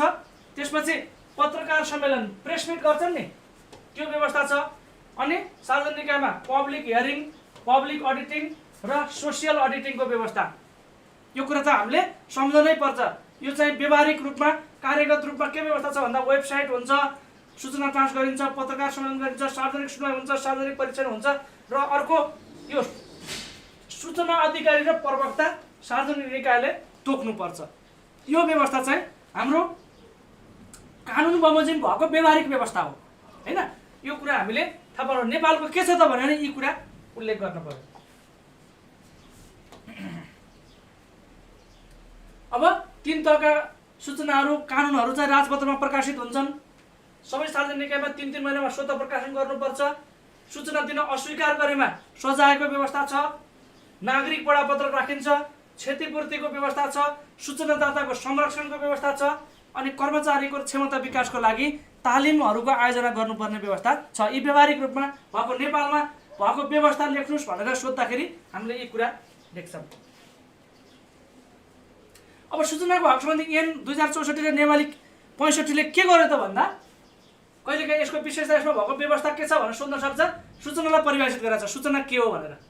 नियमित रूपमा अत्यावधिक प्रकाशन गर्नुपर्ने व्यवस्था, संवेदनशील र अपवाद बाहेक उपलब्ध गराउनुपर्ने, होइन। संवेदनशील भनेको चाहिँ अब भोलि बजेट आउँदैछ, आज करका दर आउँदैन बाहिर होइन, भोलि परीक्षा हुँदैछ, आज क्वेसन पेपर हामीले थाहा पाउँदैनौँ। अनि सूचना अधिकारीको व्यवस्था गरेको छ, इन्कार गर्नलाई कारबाहीको व्यवस्था, क्षतिपूर्ति र पुनरावेदनको व्यवस्था, राष्ट्रिय सूचना आयोगको व्यवस्था, सूचना प्रवाह गर्ने सार्वजनिक निकाय र तिनको दायित्व किटानी गरिएको छ। एकछिन पछाडि म सार्वजनिक निकाय र दायित्व बताउँछु। सूचना प्राप्त गर्ने कार्यविधि अनि शङ्खकोशको संरक्षण भनेको सूचनादाताको संरक्षण गर्ने त्यो दफा 29 मा व्यवस्था छ। यी कुराहरू चाहिँ सूचनाको हक सम्बन्धी ऐन र नियमावली गरेका व्यवस्था हुन्। अब नेपालमा सूचनाको हक सम्बन्धी कानुनको उद्देश्य के हो त?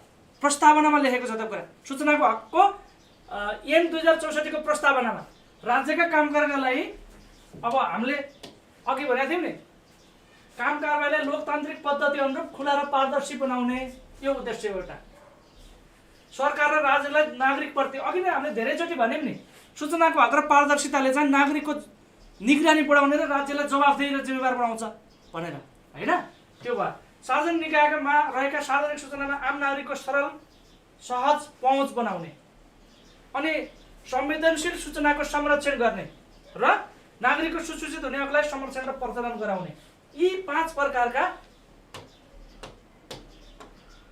उद्देश्य चाहिँ नेपालमा सूचनाको हक सम्बन्धी कानुनका उद्देश्य हुन् अथवा यो ऐनका प्रस्तावनाका कुरा हुन्। भने खुला पारदर्शी लोकतान्त्रिक पद्धति अनुसार बनाउने, राज्यलाई नागरिकप्रति जवाफदेही जिम्मेवार बनाउने, पहुँच सरल सहज बनाउने, संवेदनशील सूचना संरक्षण गर्ने र नागरिकको सुसूचित हुने अधिकारलाई संरक्षण र प्रचलन गराउने उद्देश्य चाहिँ यो कानुनको हो।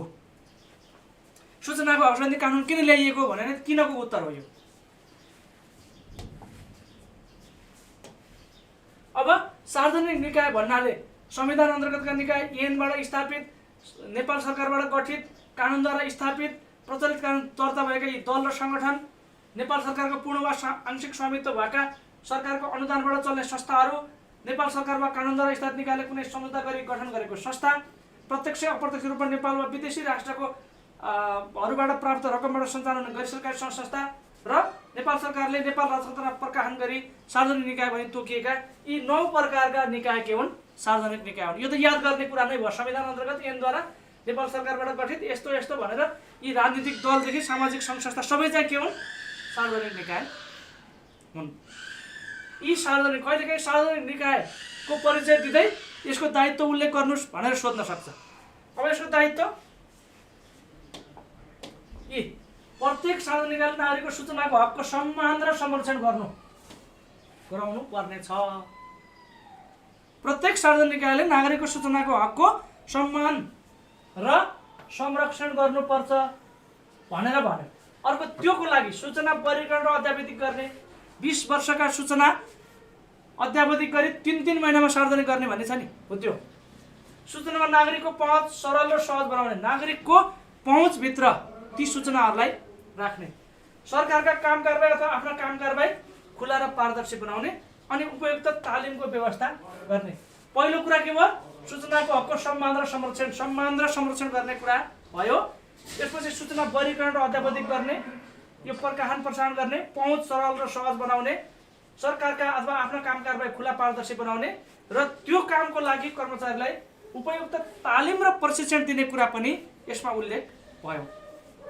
त्यसरी सार्वजनिक गर्दा उपदफा 1 बमोजिम सार्वजनिक गर्दा उपदफा 2 क बमोजिम सार्वजनिक गर्दा विभिन्न भाषामा, जस्तो हुन्छ नि अब अहिले त स्थानीय सरकारहरूले स्थानीय भाषाको पाठ्यक्रम पनि बनाउन थाल्नु भएको छ। त्यस हिसाबले जहाँ जुन भाषाको बाहुल्यता हुन्छ त्यही बमोजिम सूचनाहरूलाई, जसरी अहिले गोर्खापत्रमा चाहिँ समावेशी पार्नु भनेर विभिन्न भाषाभाषीका समाचार सूचना गतिविधिहरू आउने गर्छ, त्यसै गरी सरकारी निकायले पनि आवश्यकता बमोजिम हुन्छ नि विभिन्न भाषाभाषीहरूमा पनि प्रकाशन तथा प्रसारण गर्न सक्ने भयो, गर्नुपर्ने भयो। अब अघि नै धेरै ठाउँमा चाहिँ अपवाद अथवा सीमा भनेर आएको थियो नि। सूचनाको हक सबै आम नागरिकले थाहा पाउनु पर्ने हो, तर यो अपवाद भनेको तर हो। तरले के गर्छ? तर्काउँछ भन्छन् नि। तरले यो हुनुपर्ने हो, तर यी चाहिँ सार्वजनिक गर्न नहुने। अब सम्झिनु त, सूचनाको हक वा पारदर्शिताको सीमा वा अपवाद, यो एनको दफा 3 को उपदफा 3, यो चाहिँ कन्ठाग्रै पार्नलाई धेरै ट्रेन्ड सोधिरहेको छ, सोध्ने ट्रेन्ड छ यो। नेपालको सार्वभौमसत्ता अखण्डता, अब यो चाहिँ सम्झिनु ल, सार्वजनिक सत्ता अखण्डता, राष्ट्रिय सुरक्षा, सार्वजनिक शान्ति सुव्यवस्था र अन्तर्राष्ट्रिय सम्बन्ध। अब सामान्यतया यो कण्ठ गर्न चाहिँ यो शब्द अलि कम्प्लिकेटेड छ। अब सार्वभौम सत्ता, अखण्डता, सुरक्षा, शान्ति र अन्तर्राष्ट्रिय सम्बन्धमा गम्भीर खलल पार्ने भनेको त्यसलाई हानि गर्ने, त्यो कुरा चाहिँ सार्वजनिक गर्न भएन। अर्को अपराध भइरहेछ, त्यसको अनुसन्धान, तहकिकत भनेको चाहिँ, अनुसन्धान भनेको त्यसबारेमा छानबिन गर्ने, तहकिकत भनेको तथ्य प्रमाणहरू खोज्ने, त्यसमा अब सरजमिनहरू गर्ने। अनि अभियोजन भनेको चाहिँ यो फौजदारी अभियोग दर्ता गर्ने भनौँ न, अभियोग पत्र हो, अभियोग पत्र दर्ता गर्ने। यस्तो कुरामा प्रत्यक्ष असर पर्ने भनेको सार्वभौम सत्तासम्म, अपराधसँग। अनि आर्थिक, व्यापारिक, मौद्रिक हित तथा बौद्धिक सम्पत्तिको संरक्षण, बैंकिङ वा व्यापारिक गोपनीयतामा गम्भीर आघात पर्ने। अनि विभिन्न जात जाति सम्प्रदायको सुसम्बन्धमा प्रत्यक्ष खलल पार्ने र व्यक्तिगत गोपनीयता र व्यक्तिको जीवज्यान, सम्पत्ति, स्वास्थ्य वा सुरक्षामा खतरा पुर्याउने जस्ता 5 प्रकारका सूचना चाहिँ के हुन्? पारदर्शिता र सूचनाको हकको अपवाद हुन्, अपवाद र सीमा हुन्। अब यो चाहिँ पुच्छरेखमा 5 पूर्णाङ्कमा यो सोध्न सक्छ।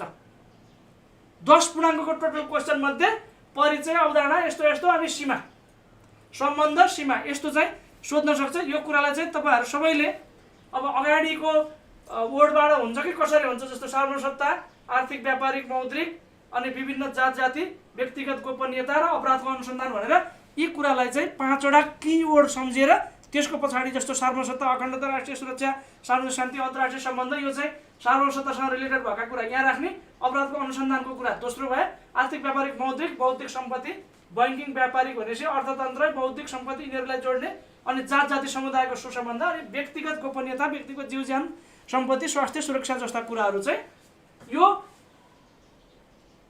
सार्वजनिक गर्न वा यो कुरालाई पारदर्शी गर्न मिल्दैन। त्यसैले अघि भनिएको थियो, पारदर्शिता भनेको छलरङ्गै वा छ्याङ्गै हो, वाङ्गै वा सर्वाङ्गै होइन। अब यो सुशासन, सूचनाको हक र पारदर्शिताले के गर्छ?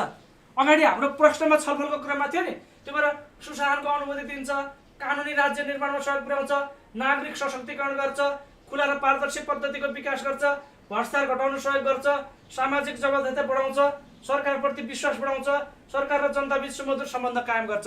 यो कुरा कहाँ काम लाग्छ? सुशासन र पारदर्शिताको सम्बन्ध, सूचनाको हक र पारदर्शिताको सम्बन्ध, लोकतन्त्रको विकासमा सम्बन्ध, यी कुराहरूलाई सम्झिन पर्यो। सूचनाको हक र पारदर्शिताले यी कुरा गर्छ भने अब यी कुरा केसँग सम्बन्धित छन्? सुशासनसँग सम्बन्धित छन्। अनि यी सबै कुराबाट केलाई फाइदा हुन्छ? लोकतन्त्रलाई फाइदा हुन्छ। त्यसैले सुशासन कायम गर्न, कानुनी राज्य, नागरिक सशक्तिकरण, खुला र पारदर्शी संस्कृति, भ्रष्टाचार न्यूनीकरण, सामाजिक जवाबदेहिता, सरकारप्रतिको विश्वास, सरकार र जनता बीचको सुमधुर सम्बन्ध, यसमा तपाईहरु थप पनि गर्न सक्नुहुन्छ। कम्तीमा यी 5-6 कुराको जानकारी हुँदा चाहिँ तपाईहरुलाई सुशासन र सूचनाको हक अनि पारदर्शिताको बीचको अन्तर सम्बन्ध लेख्नलाई यी कुराहरूले तपाईहरुलाई सहयोग गर्छ है त। अब यो कुरा चाहिँ अगाडिदेखि आइरहेकोले मैले धेरै रिपिट गरिन।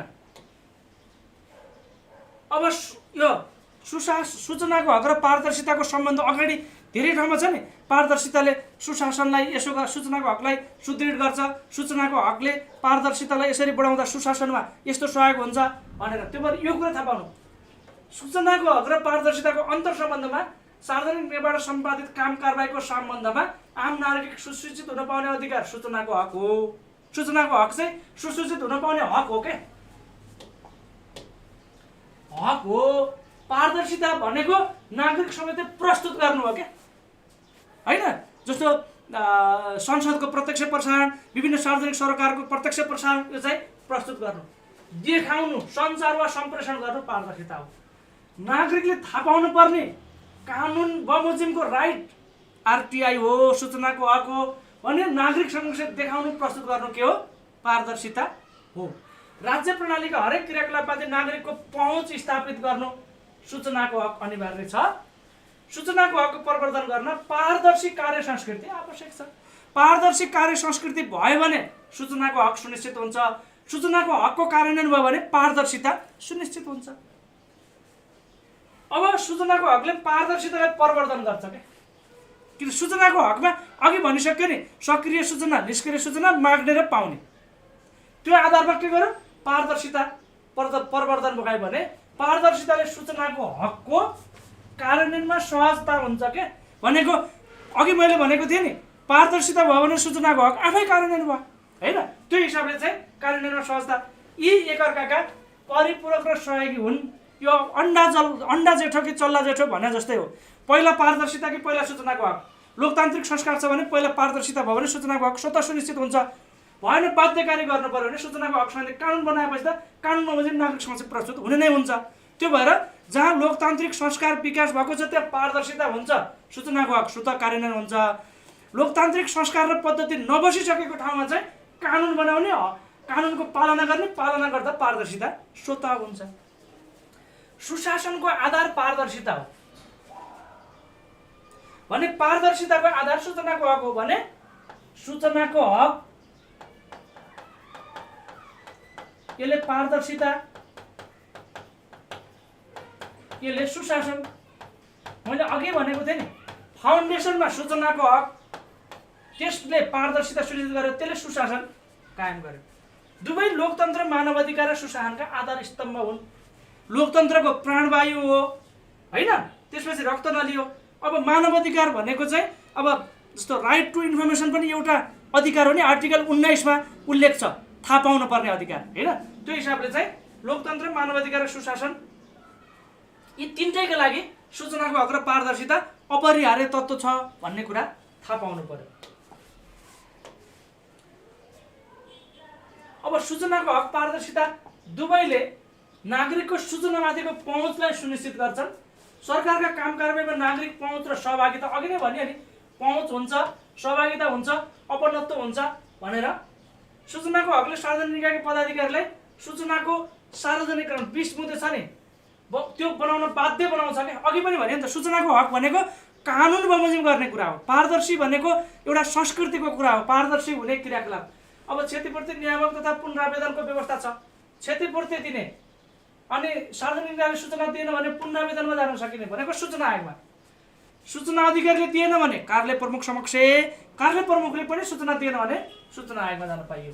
अनि सूचना अधिकारी प्रवक्ताको व्यवस्था गरेको छ, जसका माध्यमबाट सूचनाको प्रवाह भई पारदर्शिता कायम हुन्छ। पारदर्शिताले नागरिकको जान्न पाउने राइट टु नो अधिकार सुनिश्चित प्रदान गर्दछ भने सूचनामुखी कार्य संस्कारको विकास गराउँछ। नागरिकहरूलाई सरकारवाला वर्गसँग प्रश्न उठाउन, मैले पछाडिपट्टि त्यो वाइ कल्चर, हाउ कल्चर भनेको छु, त्यसमा प्रश्न वाइ किन हुँदैन, हाउ कसरी हुँदैन भनेर वातावरण सिर्जना गर्छ। नागरिकलाई सशक्तिकरण र सचेतीकरण, अगाडि हामीले नागरिक सशक्तिकरण हुन्छ, सचेतीकरण हुन्छ भनेर भन्यौँ। नागरिकको काम कर्तव्य अधिकार र जिम्मेवारीको बोध गराउँछ भनेपछि सूचनाको हक र पारदर्शिताले धेरै बहुआयामिक रूपमा लोकतन्त्र, सुशासन, नागरिक अधिकार, नागरिक सशक्तिकरण, नागरिक सचेतीकरण सबैतिर यसले चाहिँ वन मेडिसिन फर अल भने जस्तो रहेछ। यो एउटै सूचनाको हक र पारदर्शिताले धेरैतिर चाहिँ सकारात्मक असर र प्रभाव पार्न सक्ने रहेछ। अब सूचनाको हकले के गर्छ, सार्वजनिक अधिकारलाई नियमित सार्वजनिक गर्न र नागरिकले मागेको सूचना दिन बाध्य गराउँछ क्या। अघि भनिसक्यो नि, स्वतः प्रकाशन, यो नियमित सार्वजनिक भनेको स्वतः प्रकाशन हो, सक्रिय प्रकाशन हो। यो भनेको चाहिँ निष्क्रिय, मागेपछि पाउने भयो। नागरिकको सूचनामाथिको पहुँच कानुनले भनेको छ। सूचनाको सहज प्रवाहका लागि प्रवक्ता तथा सूचना अधिकारी तोक्ने व्यवस्था र सूचनादाताको संरक्षण दफा 29 मा थियो नि त, हो त्यो चाहिँ व्यवस्थित गर्छ। यो चाहिँ सूचनाको हकले। पारदर्शिताले के गर्छ, सार्वजनिक निकायको काम कारबाही खुला र सबैले थाहा पाउने बनाउँछ क्या। अघि नै भने नि त, थाहा पाउनु हो, जान्नु हो। पारदर्शिताले देखियो, देखेपछि थाहा भयो। जस्तो मैले तपाईँहरूलाई सेसन लिइरहँदा यो देखाउँदा तपाईँहरूले यस्तो रहेछ, सरले यो बनाउनु भएको रहेछ भनेर थाहा पाउनु भयो। यस्तो केही नदेखाइकन बोल्यो भने के भयो, देखिएन नि तपाईँहरूले थाहा पाउनु भएन होइन। अनि सूचनामाथिको नागरिकको पहुँचको वातावरण बनाउँछ, नागरिकलाई आफ्नो जिम्मेवारी कर्तव्यको बोध गराउँछ, नागरिक सचेतना र सशक्तिकरण गराउँछ, नागरिकलाई प्रश्न गर्न सक्ने क्या वाइ हाउ सूचनाको हकको सफल कार्यान्वयन गर्न योगदान पुर्याउँछ। अथवा सूचनाको हक पारदर्शी सरकारको अवस्थामा मात्र कार्यान्वयन हुन सक्छ भने पारदर्शिता सूचनाको हक कार्यान्वयनको वातावरण पारदर्शिताबाट अघि नै भनेको थिएँ नि मैले है, पारदर्शिता भयो भने त सूचनाको हक स्वतः कार्यान्वयन हुन्छ, त्यसरी हुन्छ। त्यसैले यी दुई मध्ये कुनै एकको अभावमा अर्को सूचनाको हक बिना पारदर्शिता र पारदर्शिता बिना सूचनाको हक प्राप्त गर्न सकिन्न, यी चाहिँ परिपूरक हुन्। अब महत्त्व चाहिँ यत्रो विधि कुरा गरिसकेपछि त महत्त्व त राज्यका कामकारलाई लोकतान्त्रिक बनाउने, खुला बनाउने, आम नागरिकको पहुँच बनाउने होइन, संवेदनशीलताको संरक्षण गर्ने, सूचनाको हकलाई सूचित हुने हकलाई पालन संरक्षण र प्रवर्धन गर्ने, खुला सरकारको अवधारणा, खुला सरकार भनेको राज्यका गतिविधिलाई नागरिक समक्ष खुला राख्ने, जस्तो प्रत्यक्ष प्रसारण गर्ने होइन, त्यस्तो कुराहरू चाहिँ खुला सरकार को रूपमा हुन्छ। जस्तो क्याबिनेटको बैठक काठमाडौँ महानगरपालिकाले कार्यपालिका अब नगरसभाको त सामान्य सबैले गरिरहेको हुन्छ, कार्यपालिकाको बैठक पनि प्रत्यक्ष प्रसारण गर्ने अभ्यास गरेको थियो नि, त्यो कुरा चाहिँ खुला सरकार हो। भनेको सरकार कस्तो छ भनेर बाहिरबाट हेर्न पाइने क्या, खुला। अनि कानुनी शासन, कानुनी राज्य, निर्णय प्रक्रियामा सम्बन्धित सेवाग्राहीको सहभागिता, विकास, समृद्धि, सुशासन, अनि अनियमित र गलत कार्यलाई सङ्घकोष भनेको चाहिँ फलान ठाउँमा यसो गल्ती भएको छ भनेर सूचना दिनेलाई, सूचनादातालाई संरक्षण गर्ने कुरा हो होइन। यसको बारेमा अस्ति नै पनि भनिसकियो। सार्वजनिक निकायमा निष्पक्षता र समानता कायम गर्न, सुशासनलाई व्यवहारमा उतार्न, भ्रष्टाचार रोकथाम गर्न, यी अघि आएकै कुराहरू हुन्। नागरिकको आत्मसम्मान बढाउन, सेवा प्रभावमा दक्षता प्रभावकारिता गर्न, सूचनाको हकको सुनिश्चित गर्न, लोकतन्त्रलाई सुदृढ गर्न, सार्वजनिक निकायलाई जिम्मेवार र जवाफदेही बनाउन र स्वेच्छाचारिताको अन्त्य गर्न जस्ता कुराहरू यसका महत्त्व हुन्। सूचनाको हकलाई लोकतन्त्रको प्राणवायु मानिन्छ होइन। सूचनाको हक एक प्रजातान्त्रिक संस्कार, सरकारमाथि जनताको विश्वास र वैधता कायम गर्ने विधि र कार्यकारीले सरकारले आफ्नो कार्यलाई पुष्टि गर्ने माध्यम हो। यसले चाहिँ सूचनाको हकले चाहिँ पारदर्शिता, जवाबदेहिता, सहभागिता र सहकार्यमा योगदान पुर्याउँछ क्या। सूचनाको हकले चाहिँ पारदर्शिता के भएको छ खुला गर्ने, जवाबदेहिता भनेको जनताको प्रश्नको होइन जवाब, सहभागिता भनेको जनताको सहभागिता अथवा सरोकारवालाको होइन, त्यसपछि सहकार्य भनेको चाहिँ यसका सरकार बीच मिलेर जाने कुरा हुन्छ नि त हो। यो कुरालाई चाहिँ यसले सूचनाको हकले चाहिँ प्रत्याभूत गर्दछ। यो मौलिक हकको पनि मौलिक बाबका विभाग भने जस्तो मौलिक हकको पनि मौलिक हक हो।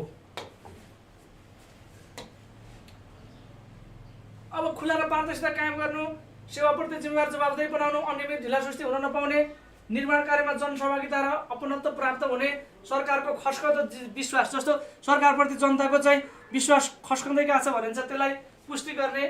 अनि त्यसपछि यो असल नागरिक बनाउने, सरकारका क्रियाकलापप्रति आफूले दिएको भोट र आफूले तिरेको करप्रतिको चासो राख्नु पर्यो नि हो, त्यो चासो राख्न सक्ने बनाउने, जनतालाई शासन प्रणालीका विभिन्न पक्षमा सहभागी हुन सहयोग गर्ने, विवेकशील निर्णय गर्न सहयोग गर्ने होइन, नागरिकलाई सम्मानित भएको महसुस, नागरिक लोकतान्त्रिक मुलुकका सार्वभौम सत्ता सम्पन्न नागरिक बनाउनु पर्यो नि हो, त्यो कुराको लागि।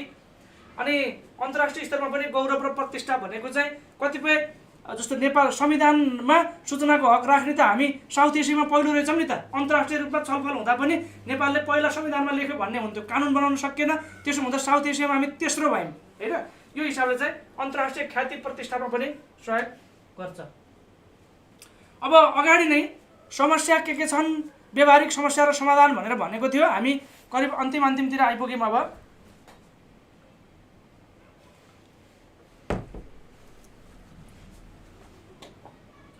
अगाडि त्यत्रो धेरै सूचनाको हक र पारदर्शिताको कुरा गरियो भने अब त्यसमा के समस्या छ भन्दा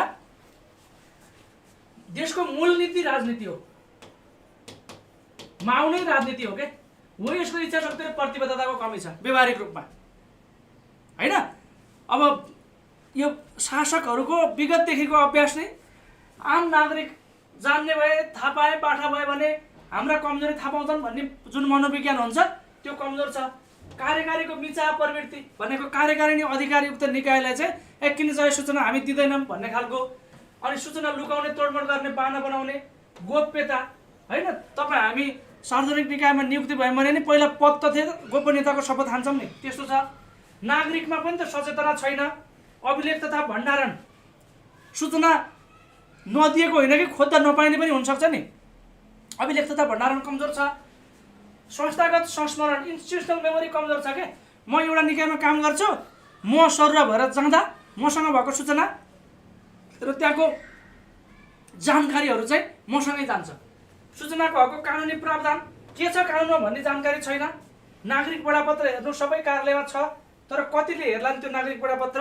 सूचनाको हकको व्यवस्था औपचारिकतामा मात्रै सीमित छ जस्ता समस्या छन्।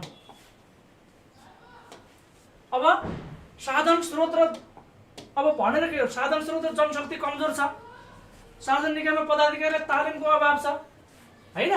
तालिम क्षमता विकास सूचना अधिकारी कर्मचारीलाई छैन। जस्तो यो भन्न खोजेको सरकारी मान्छेलाई नै सूचनाको हक सम्बन्धी व्यवस्था के छ, कसरी अभ्यासमा ल्याउने भन्ने जानकारी कम छ। अनावश्यक किसिमले सूचना माग्ने र दुरुपयोग गर्ने पनि छ। अहिले स्थानीय तहहरूलाई चाहिँ 3 वर्षको 5 वर्षको आम्दानीले खर्च गोर्सो र भौजरको विवरण दिनु भनेर सरकारै नराख्ने मान्छेहरूले पनि सूचना मागिरहेका छन् होइन। अनि कार्यालयको विकृतिले ढाकछोप गर्न गोपनीयता कायम गर्ने, मिडिया पनि खोजमूलक, जस्तो हाम्रो अब मिडिया हुन त सबैलाई आलोचना गरेर के गर्नु, मिडिया पनि खोजमूलक र सकारात्मक भन्दा पनि आलोचनात्मक देखियो। वाइ कल्चर जस्तो यहाँ किन काम भएन, कसरी भएन, कसरी गर्ने भनेर नागरिकले प्रश्न गर्ने र खबरदारी गर्ने संस्कार पनि कम छ। गोपनीयता सम्बन्धी कानुन बन्न नसक्नु समस्याहरू अब तपाईँहरूलाई 8-10 वटा सम्झिनु होला। अनि सूचनाको हकको नियमको प्रचार प्रसार कम छ होइन। आम नागरिकले स्वामित्व ग्रहण गर्न सकेका छैनन्, चेतनामा कमी छ। माग पक्ष सबल नहुनु, सबै सार्वजनिकमा सूचना अधिकारी नतोकिनु, तोकिए पनि तिनलाई स्रोत साधन तालिमयुक्त नबनाइनु, सूचनामा पहुँच कमजोर हुनु, तोकिएका सूचना अधिकारीको क्षमता कमजोर हुनु होइन। यी कुराहरू चाहिँ व्यवहारिक समस्या हुन् के। अगाडि व्यवहारिकै समस्या भनेको थियो। अनि सूचना अधिकारीमा उत्प्रेरणा, सूचना अधिकारी तोक्यो, उसलाई सेवा सुविधा नहुँदा अब उत्प्रेरित हुने कार्यालयले सहयोग नगरे। सूचना अधिकारीसँग सूचना माग्यो तर सूचना त उसँग हुँदैन नि त। लेखा शाखा, योजना शाखा, प्रशासन शाखा, अरू शाखामा हुन्छ, अनि उहाँहरूले उपलब्ध नगराइदिँदा समस्या। सूचना अधिकारीले छुट्टै सुविधा नि छैन, अतिरिक्त बोझ जस्तो भयो। अनि त्यो 3-3 महिनामा स्वत प्रकाशन नगरेमा यस्तो कारबाही हुने भन्ने व्यवस्था छैन कि। गर्नुपर्ने मात्रै भनेको छ, नगरे के हुने भन्ने छैन। सूचना अधिकारीको काम कर्तव्य अधिकार यो नियममा स्पष्ट नहुनु, सरकारवाला बीच समन्वय नहुनु, सूचना अद्यावधि गरी वर्गीकरण नहुनु, सूचना अधिकारीले चाहेर पनि सूचना दिन नसक्ने क्या। अनि त्यसपछि गैर सरकारी संस्थाहरू जस्तो अलिकति नागरिक खबरदारी गर्ने संस्थाहरू सक्रिय नहुनु, सूचनाको वर्गीकरणमा समस्या हुनु र नागरिक बडापत्र सूचनाको हक बारेमा, नागरिक बडापत्र सूचनाको हक बारेमा कहिले लेखेको हुन्छ, हुँदैन, अरू सेवाको बारेमा मात्रै लेखेको हुन्छ। यस्ता करिब 15-17 वटा समस्याहरू तपाईँहरूलाई लिस्ट बनाइदिएको छ। यसमा तपाईँहरूले 8-10 वटा चाहिँ टक्क मजाले याद गर्नु पर्छ। अब समाधान त अघि भनेकालाई सुल्ट्याउने हो नि है। अघि जे समस्या थिए त्यहीलाई यसो गर्नुपर्ने उसो गर्नुपर्ने लेख्ने हो है। अब तैपनि मोटामोटी नागरिक सचेत हुनु पर्यो, सूचना सङ्कलन र अभिलेखीकरण राम्रो गर्नु पर्यो, आधुनिक प्रविधिको प्रयोग गर्नु पर्यो, सूचना सङ्कलन विश्लेषण र अत्यावधिक रूपमा प्रकाशन गर्नु पर्यो, सूचना प्रवाह गर्ने क्षमताको विकास गर्नु पर्यो, सूचना व्यवस्थापनको प्रभावकारी अनुगमन पुनरावेदन जस्तो भनौँ न, सूचनाको हकको कस्तो कार्यान्वयन भइरहेको छ भनेर अनुगमन गर्ने, त्यसलाई सुधारको लागि पृष्ठपोषण दिने, त्यो काम गर्नु पर्यो। निवेदन तथा सोको फर्चक जस्ता कानुनी आधारलाई हामीले आत्मसात गर्नु पर्यो। सूचनाको हक सम्बन्धी जस्तो कतिपय निवेदनहरू प्राप्त हुन्छ, तिनीहरूलाई चाहिँ हामीले वास्ता नगर्ने, दर्ता नगरिदिने, समयमा फर्चट नगरिदिने, यस्ता कुराहरू छन्, तिनलाई चाहिँ व्यवस्थित गर्नुपर्ने। अब खुला र पारदर्शी कार्यशैली, यो चाहिँ गोपनीयताको शपथ खाँदा पारदर्शिताको पनि शपथ। म गोप्य राख्नुपर्ने कुरा गोप्य त राख्छु, तर खुला गर्नुपर्ने कुरा खुला गर्छु भनेर चाहिँ शपथ खानुपर्ने। यिनीहरूलाई अभिलेखलाई आइसिटी बेस गराउनु पर्ने, सूचनाको वर्गीकरणलाई सरल बनाउनु पर्ने। अघि जे समस्या थियो त्यसैको सुल्टो रूप हो। राष्ट्रिय सूचना आयोगलाई बलियो बनाउने, सरकारी निकायका कामकाजलाई खुला र पारदर्शी बनाउने हैन। त्यसपछि सूचनाको हकको प्रभावकारी कार्यान्वयनको लागि सरकारी तथा गैर सरकारी क्षेत्रले समन्वयात्मक ढङ्गले काम गर्नुपर्ने सार्वजनिक प्रशासन तथा व्यवस्थापनका नवीन साधन जस्तो अहिले एनपीजी हैन, new public governance, new public passion, new public service जस्ता हैन, responsive government governance, digital governance हैन, ई गभर्नेन्स यस्ता कुरा आएको छन् नि। हो त्यो कुरालाई चाहिँ यो सूचनाको हक र पारदर्शिताको लागि पनि अवलम्बन गर्नुपर्ने भन्न खोजेको। अब महत्त्वपूर्ण कुरा साधन स्रोतको कमी छ भनेको छ भने आवश्यक साधन स्रोतको व्यवस्था गर्नुपर्ने, नागरिक चेतना वृद्धि गर्नुपर्ने, त्यसका लागि नागरिक शिक्षा, अनौपचारिक औपचारिक शिक्षाका कार्यक्रम सञ्चालन गर्ने, अनि वाइ कल्चर र हाउ कल्चरको विकास क्या। नागरिकले नागरिकको सचेतना गरेर उहाँहरूलाई प्रश्न सोध्न सक्ने बनाउने, किन हुँदैन, कसरी हुँदैन भनेर प्रश्न सोध्न सक्ने बनाउने, कानुनको पूर्ण कार्यान्वयनको लागि केन्द्रीय स्तरमा नै प्रचार प्रसार गर्नुपर्ने हैन। अनि सार्वजनिक निकायलाई अब अनुमान योग्य र दृश्य बनाउने, अनि स्वत प्रकाशनलाई प्रभावकारी बनाउने, अनि अघि खोजमूलक पत्रकारिता नहुनु भनेको थियो नि, अब यसलाई खोजमूलक पत्रकारितालाई विकास गर्ने जस्ता कुराहरू चाहिँ यसमा छन्। तपाईहरुको कमेन्टहरू पनि खासै त्यस्तो छैन। अब अर्को चाहिँ त्यही नागरिक चेतना जागरण, खुला संस्कृति, सूचनाको वर्गीकरण, बाजिएका ऐनमा संशोधन, सूचनाको हकको यसले खुला गर्ने भन्छ। एकचोटि त्यो भन्सारको विषयलाई सूचनाको हकको कार्यान्वयन भन्न प्रयोग गर्न खोज्दा अदालती प्रक्रियामा पनि जानुपर्ने स्थिति भयो। त्यो भएर चाहिँ यो कानुनसँग बाजिएका कानुन संशोधन गर्ने, कार्यविधि कार्यशैली अब सुधार गर्नुपर्ने। सूचनादाताको सुरक्षा कानुनले भनेको छ, तर कहाँ न कताबाट चाहिँ सूचनादाता फलानाले सूचना दिएको भनेर बाहिर ल्याइदिँदा उसको व्यक्तिगत सुरक्षामा खतरा हुने भयो। अनि सार्वजनिक निकायका पदाधिकारीलाई तालिम प्रदान गर्ने, सूचनाको दुरुपयोग रोक्ने क्या। हुन त त्यो सूचनाको दुरुपयोग गर्न नहुने, दुरुपयोग गर्नलाई पनि सजायको व्यवस्था हुने र सूचनाको माग गर्दा प्रयोजन स्पष्ट खोल्नुपर्ने भनेर भनेको छ। तर सूचनाको दुरुपयोग हुँदा चाहिँ अब जस्तो व्यक्तिगत चरित्रमाथि प्रश्न उठाउने हैन, अब सार्वजनिक निकायको पदाधिकारीको हैसियत त त्यहाँ सार्वजनिक हुन्छ, तर उसलाई व्यक्तिगत लान्छना लगाउने जस्ता कुराहरू पनि आउने हुन्छ। पारदर्शिता सम्बन्धी कानुन नआउने क्या हाम्रो छैन। अनि प्राइभेसी गोप्यता सम्बन्धी एक्ट ल्याउनु पर्ने, प्राइभेसी गोपनीयता सम्बन्धी कानुन। के कुरा गोप्य हुने त, जस्तो सूचनाको हक सम्बन्धी कानुन भयो, गोप्य राख्नुपर्ने 5वटा कुरा भयो, तर त्यसलाई अलि स्पेसिफाई गरेर हैन, त्यो त अलि अमूर्त भेग टाइपको भयो नि, त्यसलाई स्पेसिफाई गरेर गोप्यता सम्बन्धी छुट्टै ऐन ल्याइयो भने चाहिँ त्यसले पारदर्शिता, सूचनाको हक र गोपनीयता तीनटैको बीचमा सन्तुलन ल्याउन सक्छ भन्ने हो। यी आदि लगायतका व्यवस्था गरेर हामीले सूचनाको हक र पारदर्शितालाई सुनिश्चित गर्न सक्छौँ र अगाडि देखिएका समस्याहरूलाई समाधान गर्न सक्छौँ। अब यसरी हुँदा मोटामोटी अघि नै हामीले उल्लेख गरेका प्रश्नहरू र तिनको समाधान चाहिँ भयो होला पक्कै पनि। अब त्यस्तो केही जिज्ञासा छ भने साथीहरूले राख्न सक्नुहुन्छ। त्यस्तो जिज्ञासाहरू केही भएदेखि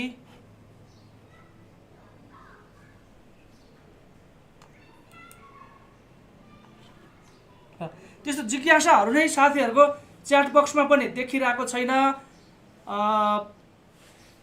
धेरै त अब क्लियर गर्ने कोसिस पनि गरेकै हो। अब त्यसमा त्यस्तो केही छ भने पाऊँ।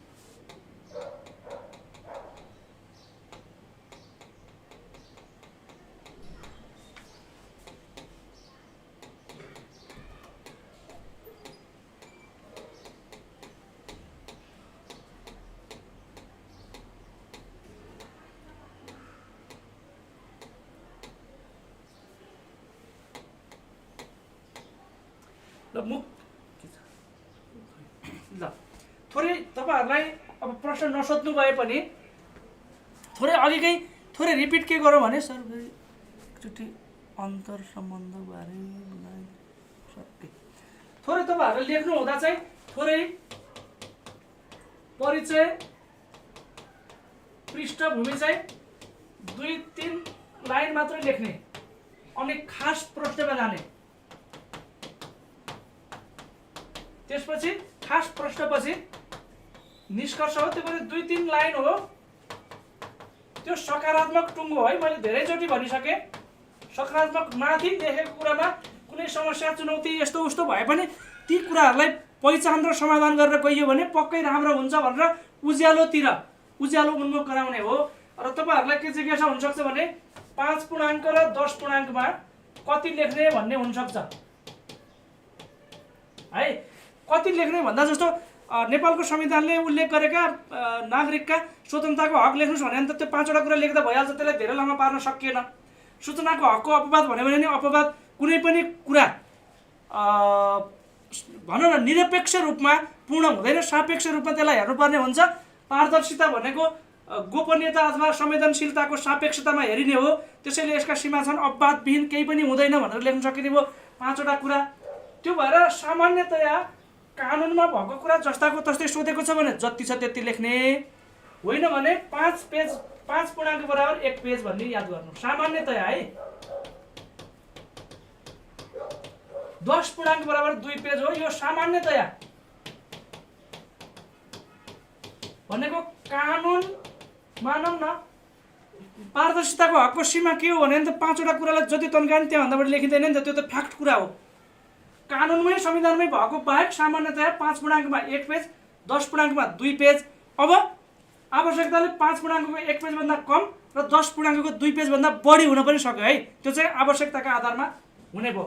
अनि परिचय पृष्ठभूमि अब 1-2 लाइन त्यो सुरुवात गर्ने वातावरण इन्भाइरोमेन्ट क्रिएसन गर्नको लागि हो, बिचमा प्रश्नले मागेको कुरा लेख्ने र लास्टमा यस्तो यस्तो भएको अवस्थामा पनि त्यहाँ देखेका समस्या र चुनौतीलाई यथोचित समाधान र सम्बोधन गर्दै अगाडि बढ्न सकियो भने प्रश्नले के खोजेको छ त्यही कुरा हुन सक्ने कुरा नकार्न सकिन्न भनेर निष्कर्ष लेख्ने हो।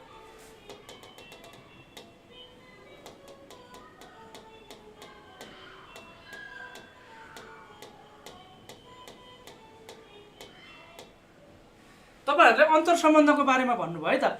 सूचनाको हक र पारदर्शिताको अन्तर सम्बन्धको कुरा हामीले पारदर्शिता सुशासनको आधार स्तम्भ हो, पुष्टि गर्नुस् गजबले।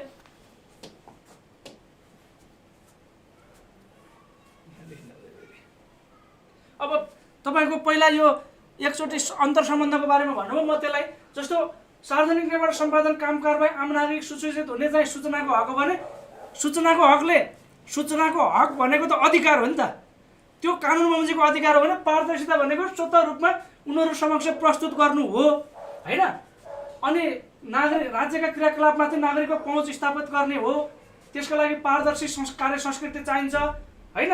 सूचनाको हकले पारदर्शिता प्रवर्धन गर्छ भने पारदर्शिताले सूचनाको हकलाई कार्यान्वयन गर्छ क्या, एकअर्काका परिपूरक हुन्। सुशासनको आधार पारदर्शिता हो भने पारदर्शिताको आधार सुशासन हो, के अरे सुशासनको आधार पारदर्शिता हो भने पारदर्शिताको आधार सूचनाको हक हो हैन। दुवै लोकतन्त्रका मानवाधिकारका आधार स्तम्भ हुन् भनेर यहाँ भनेको छ। त्यसैगरी सहज पहुँचको कुरा, सहभागिताको कुरा, सार्वजनिकरण गर्ने, क्षतिपूर्ति दिने, प्रवक्ता सूचना अधिकारी तोक्ने कुरा हैन, यी कुराहरू चाहिँ यी दुईटाको अन्तर सम्बन्ध बताउने विषय हुन्। त्यसपछि सूचनाको हकले यी कुरा दिन्छ क्या, सूचनाको हकले चाहिँ प्रवक्ता तोक्नु, सूचना अधिकारी तोक्नु, नियमपूर्वक स्वतः प्रकाशन गर्नु हैन, सूचनादाताको संरक्षण गर्नु भन्छ भने पारदर्शिताले के भन्छ भने खुला सबैले थाहा पाउने बनाउने, नागरिकको पहुँच बनाउने, जिम्मेवारी कर्तव्यबोध गराउने, सशक्तिकरण गर्ने अनि सूचनाको हक पारदर्शी सरकारको अवस्थामा मात्र कार्यान्वयन हुन सक्छ। पारदर्शिताबाट सूचनाको हक कार्यान्वयनको हकको कार्यान्वयनको वातावरण बन्छ भने सूचनाको हकले पारदर्शी सरकारको अवस्थामा मात्र कार्यान्वयन हुन सक्छ। अब यहाँनिर पारदर्शिता सुशासनको आधार हो। सुशासनमा मैले टीएपी भने है, पारदर्शिता भनेको धेरैचोटि भनिसक्यो कि राज्यका काम कारबाही क्रियाकलाप आम नागरिकले थाहा पाउने, नागरिकको पहुँच हुने, नागरिकका अगाडि प्रस्तुत गरिने, देखाइने के हो पारदर्शिता हो। अब सुशासन भनेको सु बराबर राम्रो,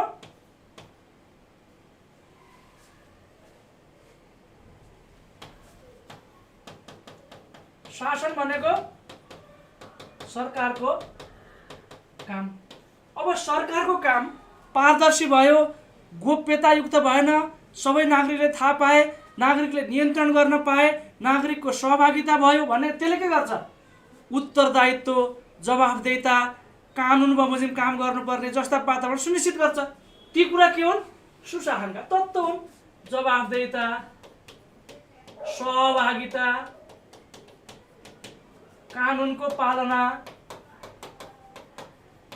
हैन, नागरिकको सशक्तिकरण, यी सबै केले गर्छ?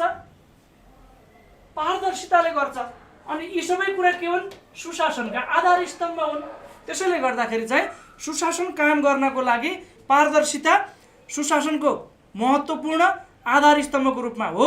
यसले राज्यका क्रियाकलाप पारदर्शी बनाउँछ, नागरिकको सहभागिता बढाउँछ, नागरिकलाई सरकारलाई नागरिकप्रति जवाफदेही बनाउँछ, नागरिकलाई सशक्तिकरण गर्छ, कानुन नियमको पालना गराउँछ, प्रक्रियाहरू सरलीकरण हुन्छ, अनुमान योग्यता बढाउँछ। त्यो भएर सुशासनका जे कम्पोनेन्टहरू छन् ती कुरालाई पारदर्शिताले के गर्छ? सपोर्ट गर्छ के, सपोर्ट गर्छ। अनि सुशासनका कम्पोनेन्टलाई पारदर्शिताले सपोर्ट गर्यो भने पारदर्शिताले सुशासन कायम गर्न डेफिनेटली सहयोग गर्यो। त्यसैले गर्दाखेरि पारदर्शिता सुशासनको आधार स्तम्भ हो भन्न सकिन्छ।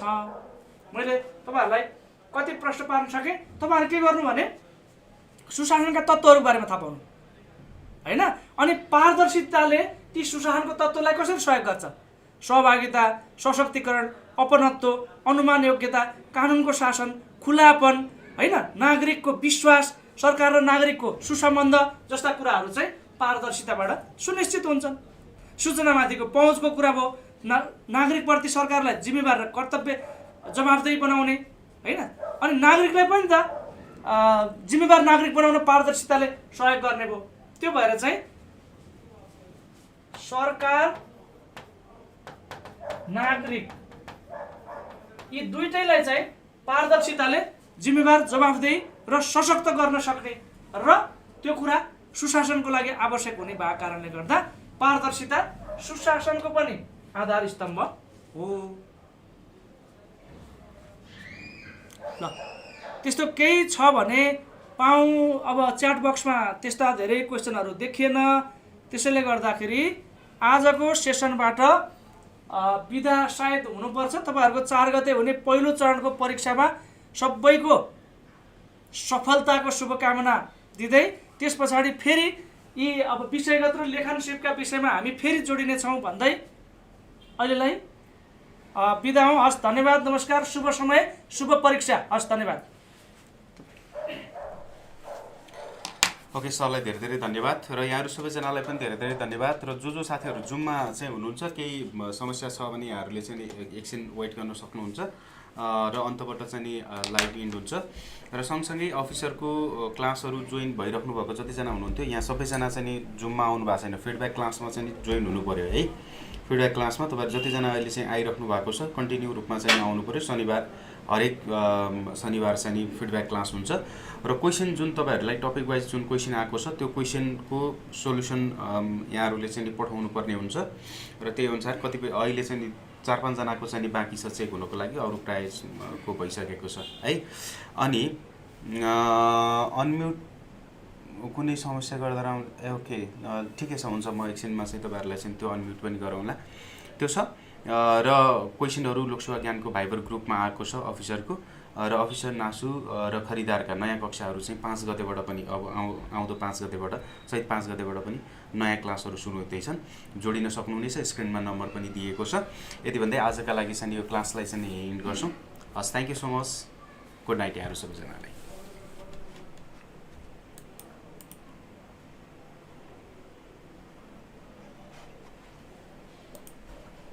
पानी पर्यो।